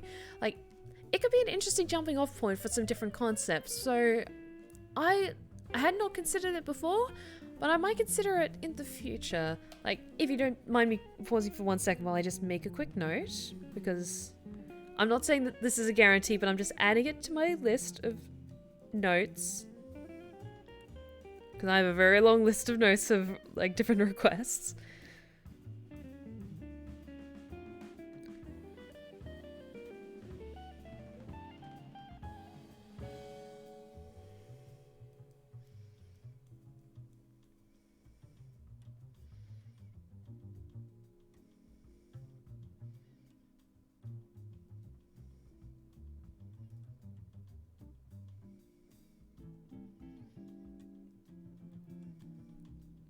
Okay, I have made a note. Sorry, I just want to write that down before we proceed, but thank you so much for your question.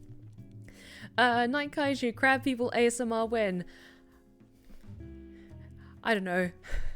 We'll get like short bursts of it while I'm streaming when the joke comes back. We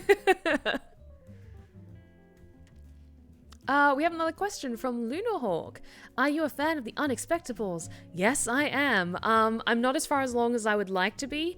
I'm up to the part in the story where they're going to go to the elemental planes, or they're prepping to go to the elemental planes. I still have a long way to go. I really need to catch up, but I very much enjoy the Unexpectables. They are awesome. And Monty is an incredibly talented DM. She's amazing. So I'm quite the fan, although I'm very far behind.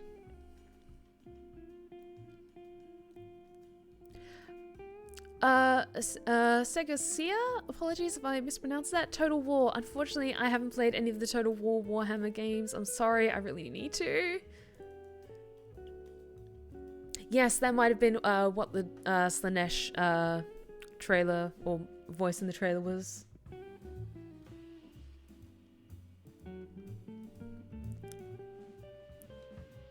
Alrighty, guys. Any other questions?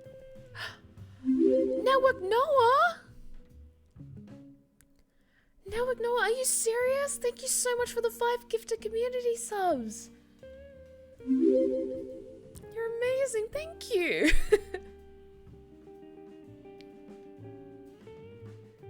Oh, thank you so much. I really, really appreciate it. Thank you so much. This is an amazing birthday gift. Thank you. Oh. God, I still can't believe it's my birthday tomorrow, guys. Excuse me. Oh, Firishu, it's all good. Thank you so much for joining us tonight. I hope you had a good time with us. Oh. Yes, guys, do you have any other questions? I just need to do my own little hydrate check.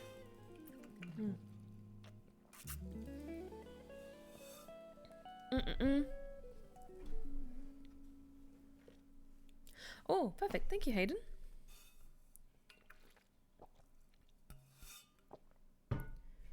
Excuse me.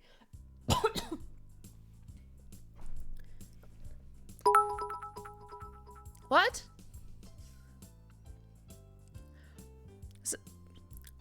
Salva holder? Salva holder, thank you so much for the 3,000 bits. Thank you. Oh, thank you so much. I really appreciate it. You guys are amazing tonight. Thank you. Firju, you flatterer. Do you really think I'm 25? I'm not 25. Oh. Quick question from Sanchlu Carmina. I have a quick question. Do you have a reference sheet somewhere of your Seraphostorius character? I do not, unfortunately.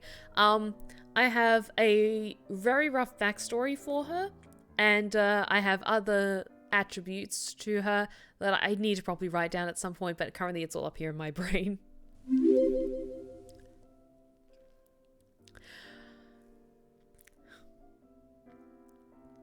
Network Noah, you serious?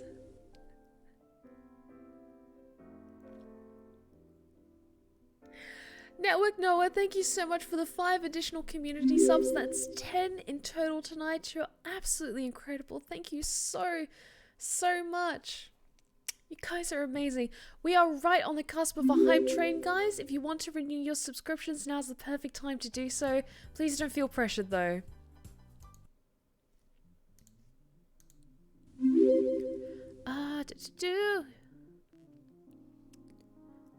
Okay, we have a question from Samuel. What fictional character would you love in would you live, I assume, in a seaside castle with? Yes.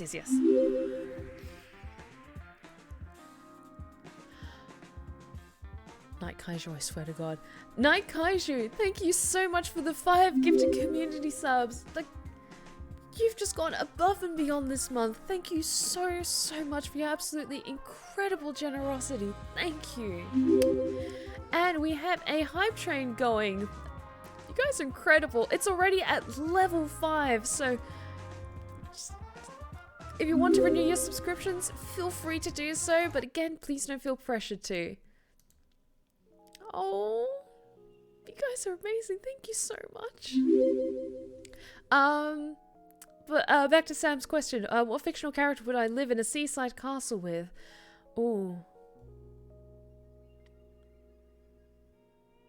You know what?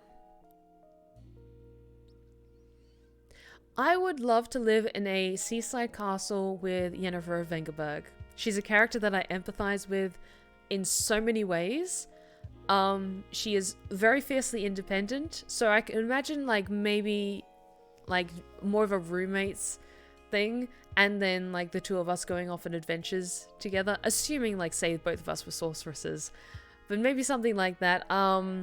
Because Geralt, like, maybe because I've just got The Witcher on the brain at the moment tonight because I've been talking a bit about it.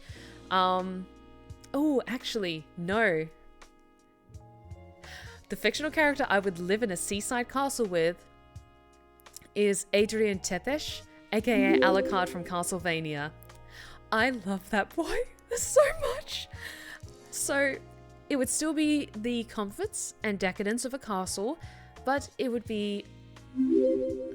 What? It would be a seaside castle where he could finally get some fresh air and relax once in a while.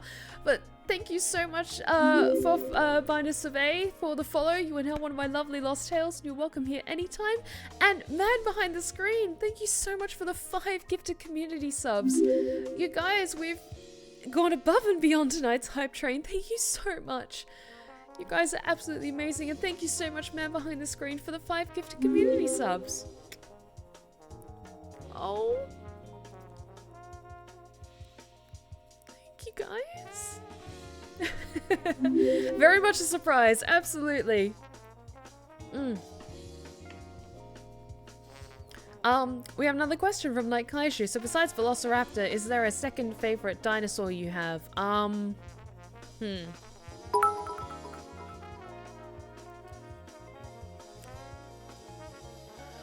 You guys are knocking me down this evening, I swear. Zanchlu Carmina, thank you so much for the 500 bits. Like, you guys are absolutely insane. Thank you so much. I'm starting to get at a loss for words. You guys have been absolutely so incredibly generous tonight. This is like an incredible birthday gift for me, and I promise I will use all these amazing subscriptions and bit drops to do something nice for myself and to help make the Blura's Respite the best it can be. So thank you all so much. You're amazing tonight. Thank you. And we're steadily coming toward the end of tonight's hype train. Thank you so much, guys. And also, we've only got a bit over 7 minutes left for the giveaway. So if you haven't joined that yet, feel free to do so. If you're a follower, exclamation point giveaway in order to take part. But coming back to Night Kaiju's question, is there a second favorite dinosaur you have? Have to go with the classic T-Rex. Like, Jurassic Park, that was a queen moment. She's magnificent and fearsome. Like, I love velociraptors so much, but T-Rexes are so fucking badass.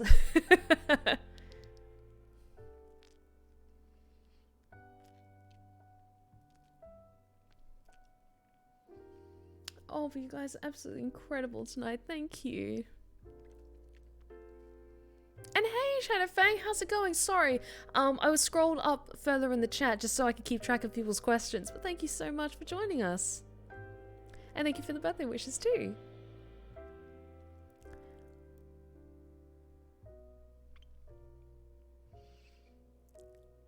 Oh, from Rashana's Spinosaurus Supremacy. Spinosauruses are really fucking badass, not gonna lie.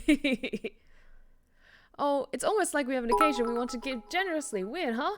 That is amazing. And on that, Shadowfang, thank you so much for the 500 bits. I really, really appreciate it. Thank you so much for joining us tonight. And that wraps up this absolutely incredible hype train. You guys are... I'm at a loss for words. Thank you so much. Like, for not just everything you've done tonight, but for supporting my channel this past few years, like, especially with the way the world is at the moment. It really does mean a lot to me that you want to help support me in so many ways, so thank you all so very much, and thank you Shadowfang for the 500 bits. Thank you. Oh, Scarlet, don't you worry, they're treating me very well tonight, and they are very well behaved, I must say.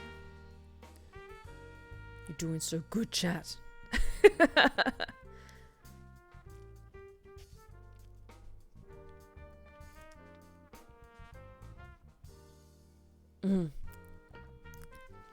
Oh, Zogonis, for the Seaside Castle question, what was the name of that character from Coteries of New York that would drive you around? He was also the sheriff of the coterie.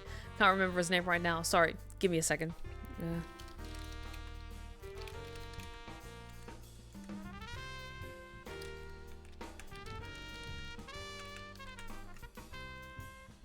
Kadir, that was his name. I worry he'd be too busy being called away on business by the prince. That was maybe why I selected Alucard, because that boy needs a break every once in a while and time to heal, and there's nothing like the brisk sea air to just enjoy spending time like on the balcony reading books and looking over the horizon. So yes, if I was living in a seaside castle with a fictional character, it would be Adrian Tepesh.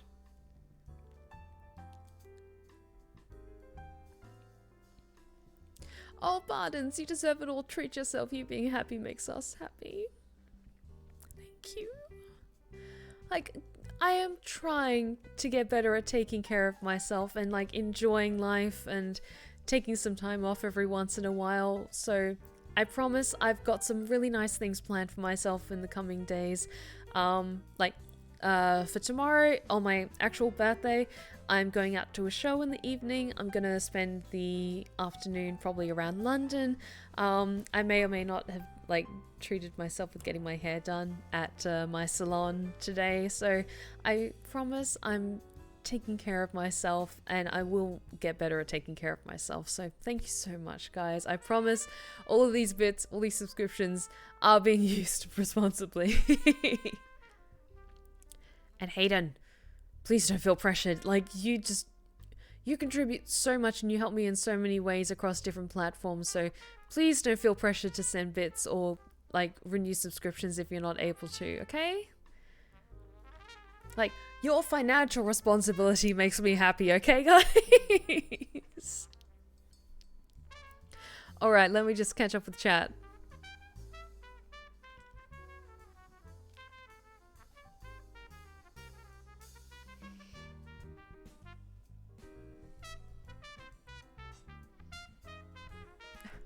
Sorry, ASMR T-Rex goal. All I can imagine is that show Dinosaurs. I didn't watch it growing up, but I'm familiar with it. That is all I can think of, like an ASMR tale with like a dinosaur girl. Oh my god. I think maybe the closest you'll get is Cytarel with like a shape-shifting kind of dragon thing. I can't see myself doing a dinosaur ASMR, I'm sorry.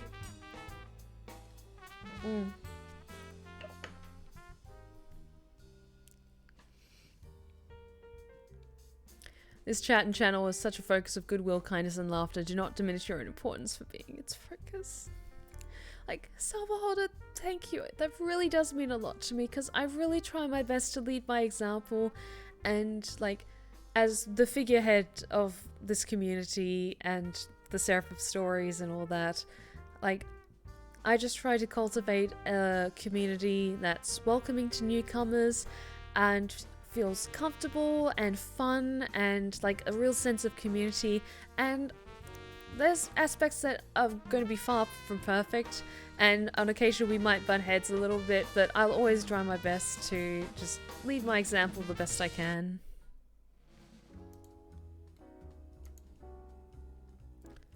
Alright, let me just check how the giveaway is going.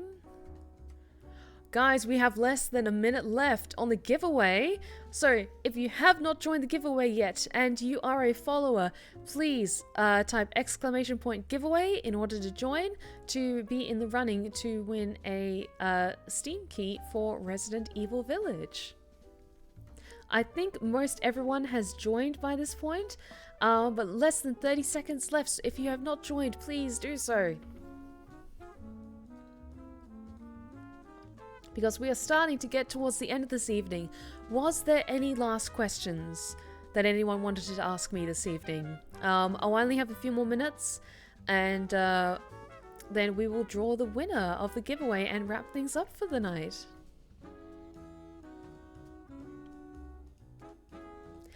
And with that, we have finished this giveaway. Thank you to everyone who joined. I will be picking a winner shortly. And let's just check how the last few questions are coming in.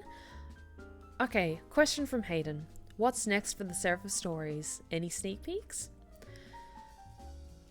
I have had different ideas in the past if I wanted to expand on the Seraph stories as a character. And her lore and stuff, but I'm enjoying writing and creating these new original characters, and I have big plans in this coming year for a big project that I'm working on that requires a lot of time and attention. So I can't see myself expanding further on the Seraph stories. On occasion, like in my brain, I'll maybe add like a little bit more, like a tidbit of interesting lore or something like that. But I don't really plan on expanding anything particular with that character just yet. I'm very comfortable with her being as she is now, with my avatar, my persona for my storytelling capabilities and my channel and stuff. So yeah, I don't have any plans on expanding on her as a character just yet. But I'm just very happy with her being my avatar.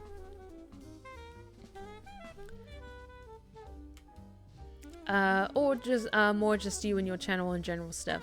I've kind of already talked a little bit about my plans for the coming year, and I don't want to give too much away, spoilers and all that. But I do have a lot of big plans for this year, but the thing is, I do suffer from that crippling fear of failure. Like, I worry that a project that I've put so much time and energy into the conception of either doesn't pan out the way I want it to, or I do my best and I fall flat on my face, or it doesn't live up to the lofty expectations that I built up in my mind.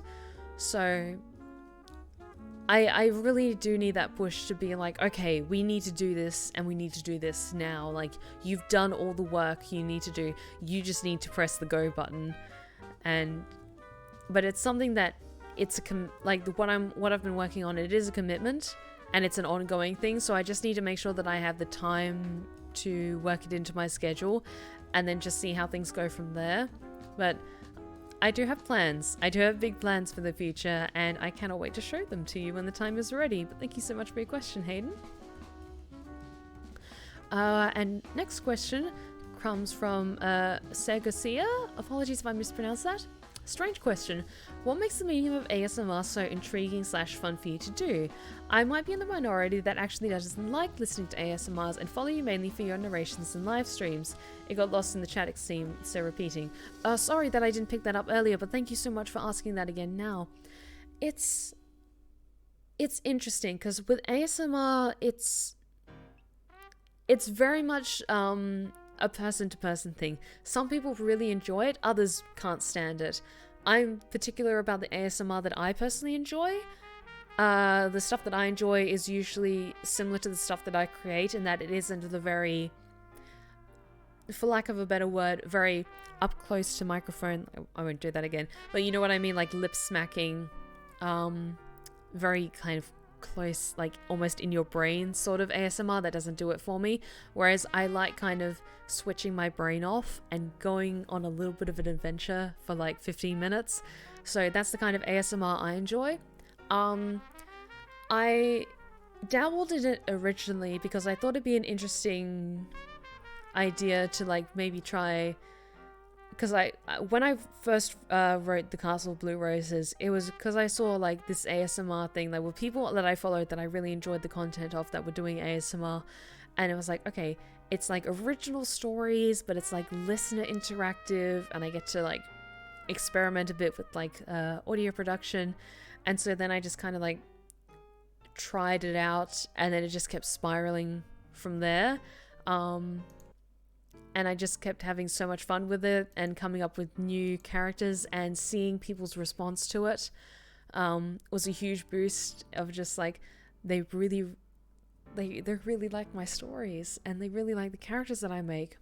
And it's tricky because I want to be I want to build my career. While I love writing ASMR tales and I love creating these amazing characters, I want to be better known as a voice actor and a storyteller rather than purely ASMR stuff, which is why I've put so much time and effort into building my voice acting career as well. But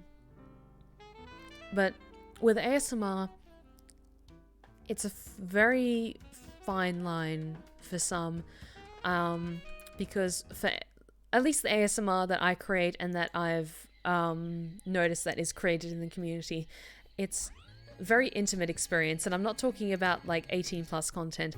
I'm talking about sorry, I'm just trying to find the right music. I'm talking about, because it's all like one-to-one interactions, unless it's like a collaborative piece and then you've got multiple voice actors. But I find it's a strange experience, and especially during the past few years, because I really found a spike of interest in my channel that happened during lockdown and during the global pepperoni, as it were. And it was that want for reaching out and sharing a connection with someone that you're not physically there with, and people finding solace and comfort in the stories that I was telling. And then when I started to like think about that more and more, and I was actually thinking about this the other day, it's something that I never really realized that I was making, was these like very comforting experiences. Like, of course, like you want to make like comfort snuggles, like happy stuff that people enjoy if they want that, or they want something a bit spicier. But I think in the past few years, especially with the realization of everyone being so isolated, not just from like friends and families, but also like potential connections, whether romantic or otherwise, ASMR had probably a massive spike. Like, I can only look at my own analytics, but I can imagine for a lot of creators who makes that kind of content, they probably saw a massive spike in engagement of people wanting to feel that emotional connection with someone, even though you're not physically there. And I really try to do that with my ASMR stuff, like make stuff that's fun and adventurous, and you might feel that little bit of danger, but you know, it's always like you can always come out of it safely. And it's such a strange experience because there's some people who enjoy certain characters and they'll listen to those characters over and over and over again, and others that just like, that's not my type, and that's fine, or it's like, oh, I really like this stuff, but that's not for me. But I think it's just like over the years, it's been a wonderful exercise in getting to make new characters, try out different voices, and so it's been great, like building blocks as a voice actor to encourage me to write different stories, create different characters, try different voices. So in a fun way, you guys have actually been helping me in expand my repertoire as a voice actor. Like for example, the Krampus ASMR that I did for around Christmas. I'm not exactly confident with my German accent, but to do that character, because I was like, okay, it has Germanic roots, so I should probably do, or at least endeavor to do like a German sort of accent. And so then that pushes me to then go out and listen and try my best to start working more on a German accent. So it's kind of a fun give and take in where I'm creating these wonderful, or at least I like to think they're wonderful, experiences that I hope you guys enjoy, while at the same time, like, I read comments and see suggestions for certain characters and I'm like, okay, people really like this sort of character, but if I want to do that character right, they should have this kind of story or like this kind of voice, and so I can't really do that voice right at the moment. How do I do that voice?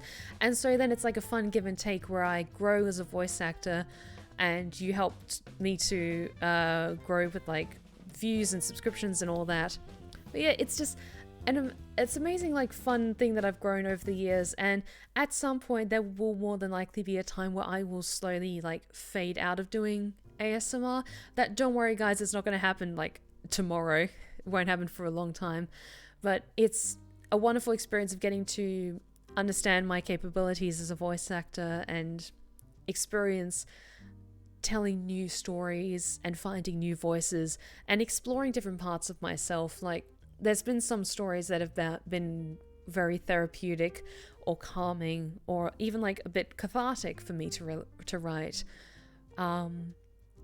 But it's like I'm not just telling this story to myself, I'm telling these stories to share with other people. So I'm sorry, I'm rambling at this point.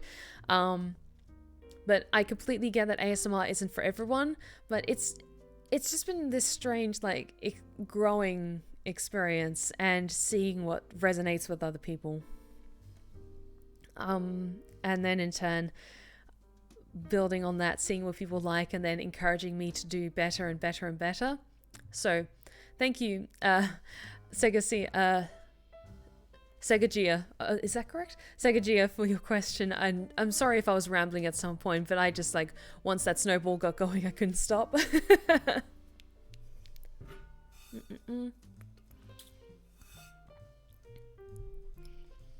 Segasia, I got it right. Woo! Perfect time for a stretch check. Oh, thank you, Luna Hawk, and for a hydrate check.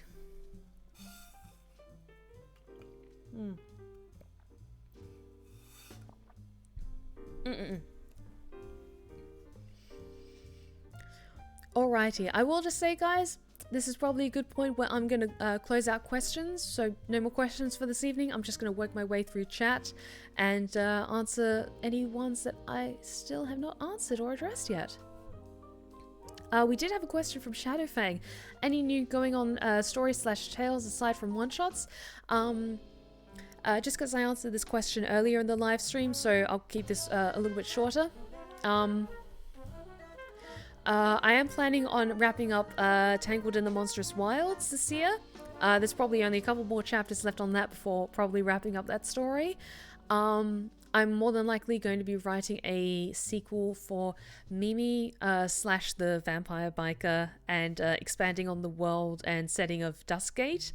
I don't have any super concrete plans at the moment, but I might maybe reach out to some guest ASM artists or voice actors who might be interested in working on that with me.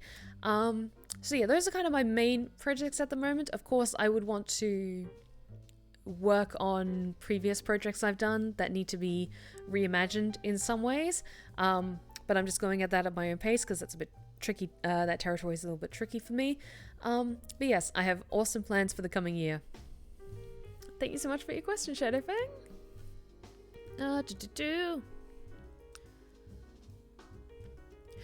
Oh, Varden's Odyssey, with another milestone, just one more chance to thank you, Steph, for this beautiful community you've nurtured. It reflects your own lovely nature, but also thank you to everyone in chat for making it an amazing community, not just the creation of one amazing individual. Yes, chat, I want you to take a moment to just pat yourself on the back, because there's only been, on occasion, a couple of troublemakers who have maybe jumped into a Twitch stream in order to, like, rile things up a little bit, but honestly, whenever I come onto Twitch and I see you guys just chatting and getting along, and also on the Discord, again, it's a smaller group than what's usually on the Twitch chat, but I see you guys, like, your usernames pop up and you guys get along so well, and there might be times where you might butt heads or like conflicting opinions, but everyone's just like sharing stuff that they're passionate about, that their highs and lows in life. So I want all of you who are my lovely Lost Tales to pat yourself on the back, because you guys, like, I might be like the figurehead of this community and like the main like person leading it, but my community would be nothing without you guys. So just thank you. Seriously, like, thank you guys. Like, I'm so taken aback by how much like my community's grown, but there's so many people who've been with me since like years and years ago, and I'm so thankful to all of you for just being incredible paragons and just like making sure that newcomers feel welcome and appreciated, and thank you. Just thank you guys.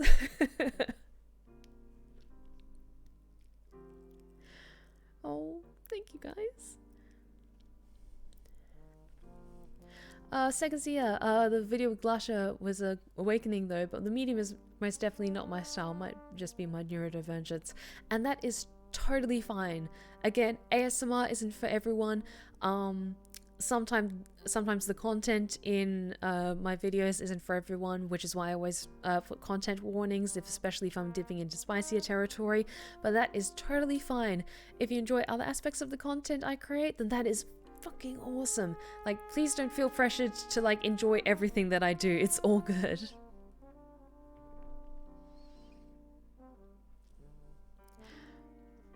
Roshana, since this is my first stream I really catch, I just need to say I love the orc audio. Thank you.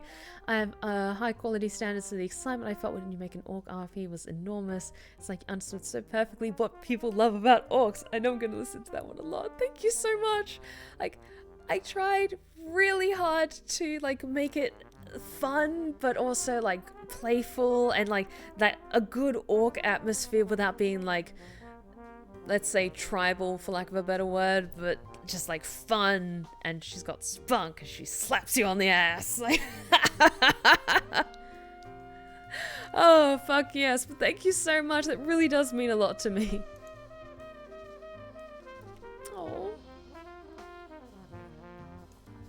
Oh, Roshana's also, as a German, I was pretty impressed by your pronunciation. Krampus was great.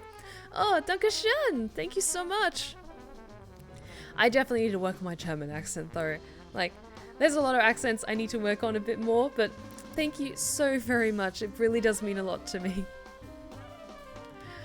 But I think now is a good time to wrap things up for the evening, and let us pick a winner of tonight's giveaway.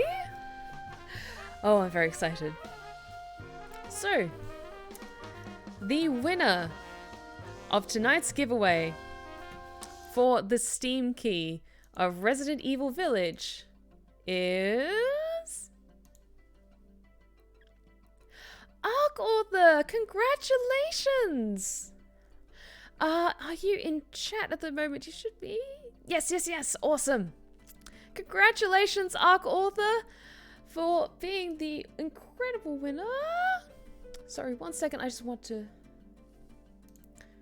find you so I can properly whisper to you. Hang on.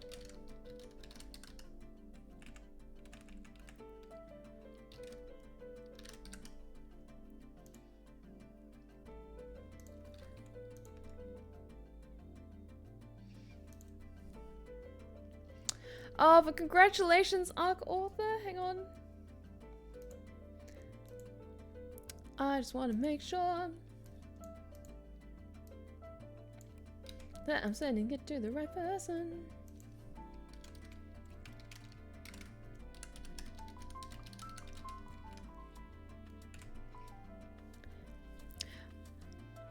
Okay, brilliant. Congratulations, Arc Author, for being the winner of tonight's giveaway. And thank you so much for your amazing support for being here tonight. Oh, I sent you a whisper just now on Twitch. So just after the stream, if you could just jump onto your whispers, I will send you the Steam key. But thank you so very much for everyone for joining me this evening. We're going to be wrapping things up tonight, but guys, you have just been incredible these past few months and these past few years, to be honest. Like, I won't get too weepy, but with my birthday tomorrow, I've always been a bit, like, weird about my birthdays, but I'm just so taken aback by the sheer amount of love and kindness that you've all shown to me in my community, and the fact that you're so willing to contribute to helping me pursue my dream as a voice actor. There's so many people who are nowhere near as lucky as I am, and I just want to keep trying my best to just be my authentic self to you guys when I stream, make fun and interesting and like just engaging good content for you guys, like keep telling good stories, keep making great stuff up. And I'm just so thankful that I've been given a position where I can do this, and that I have this amazing community to support me that just keeps growing every single day. And thank you to everyone who has followed me from back when I was at 100 subscribers to now at 25k. We are a quarter of a way to 100,000. And I think when we do eventually hit that milestone, because now I can say when we hit that milestone instead of if, because it feels so much closer than ever. I'm so thankful to you guys. So thank you all so much for everything that you do and everything that you continue to do. Your views, your comments, being a part of my community, showing up to my Twitch streams. I'm so grateful for all that you have done. So thank you so much for joining me tonight. And I cannot wait to see you again at the Blue Rose Respite.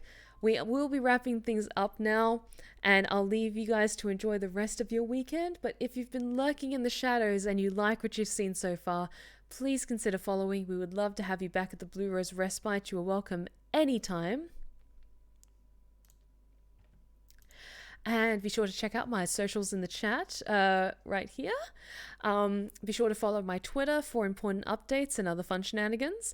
My YouTube channel for my ASMR tales. And if you haven't checked it out already, please check out my newest ASMR tale for the amazing Glasha the Green Fire, my beautiful orc warrior. I'm just so astounded by the views that video has gotten so far. You guys are incredible. And my Instagram for lovely pictures of myself. And a massive thank you to everyone who has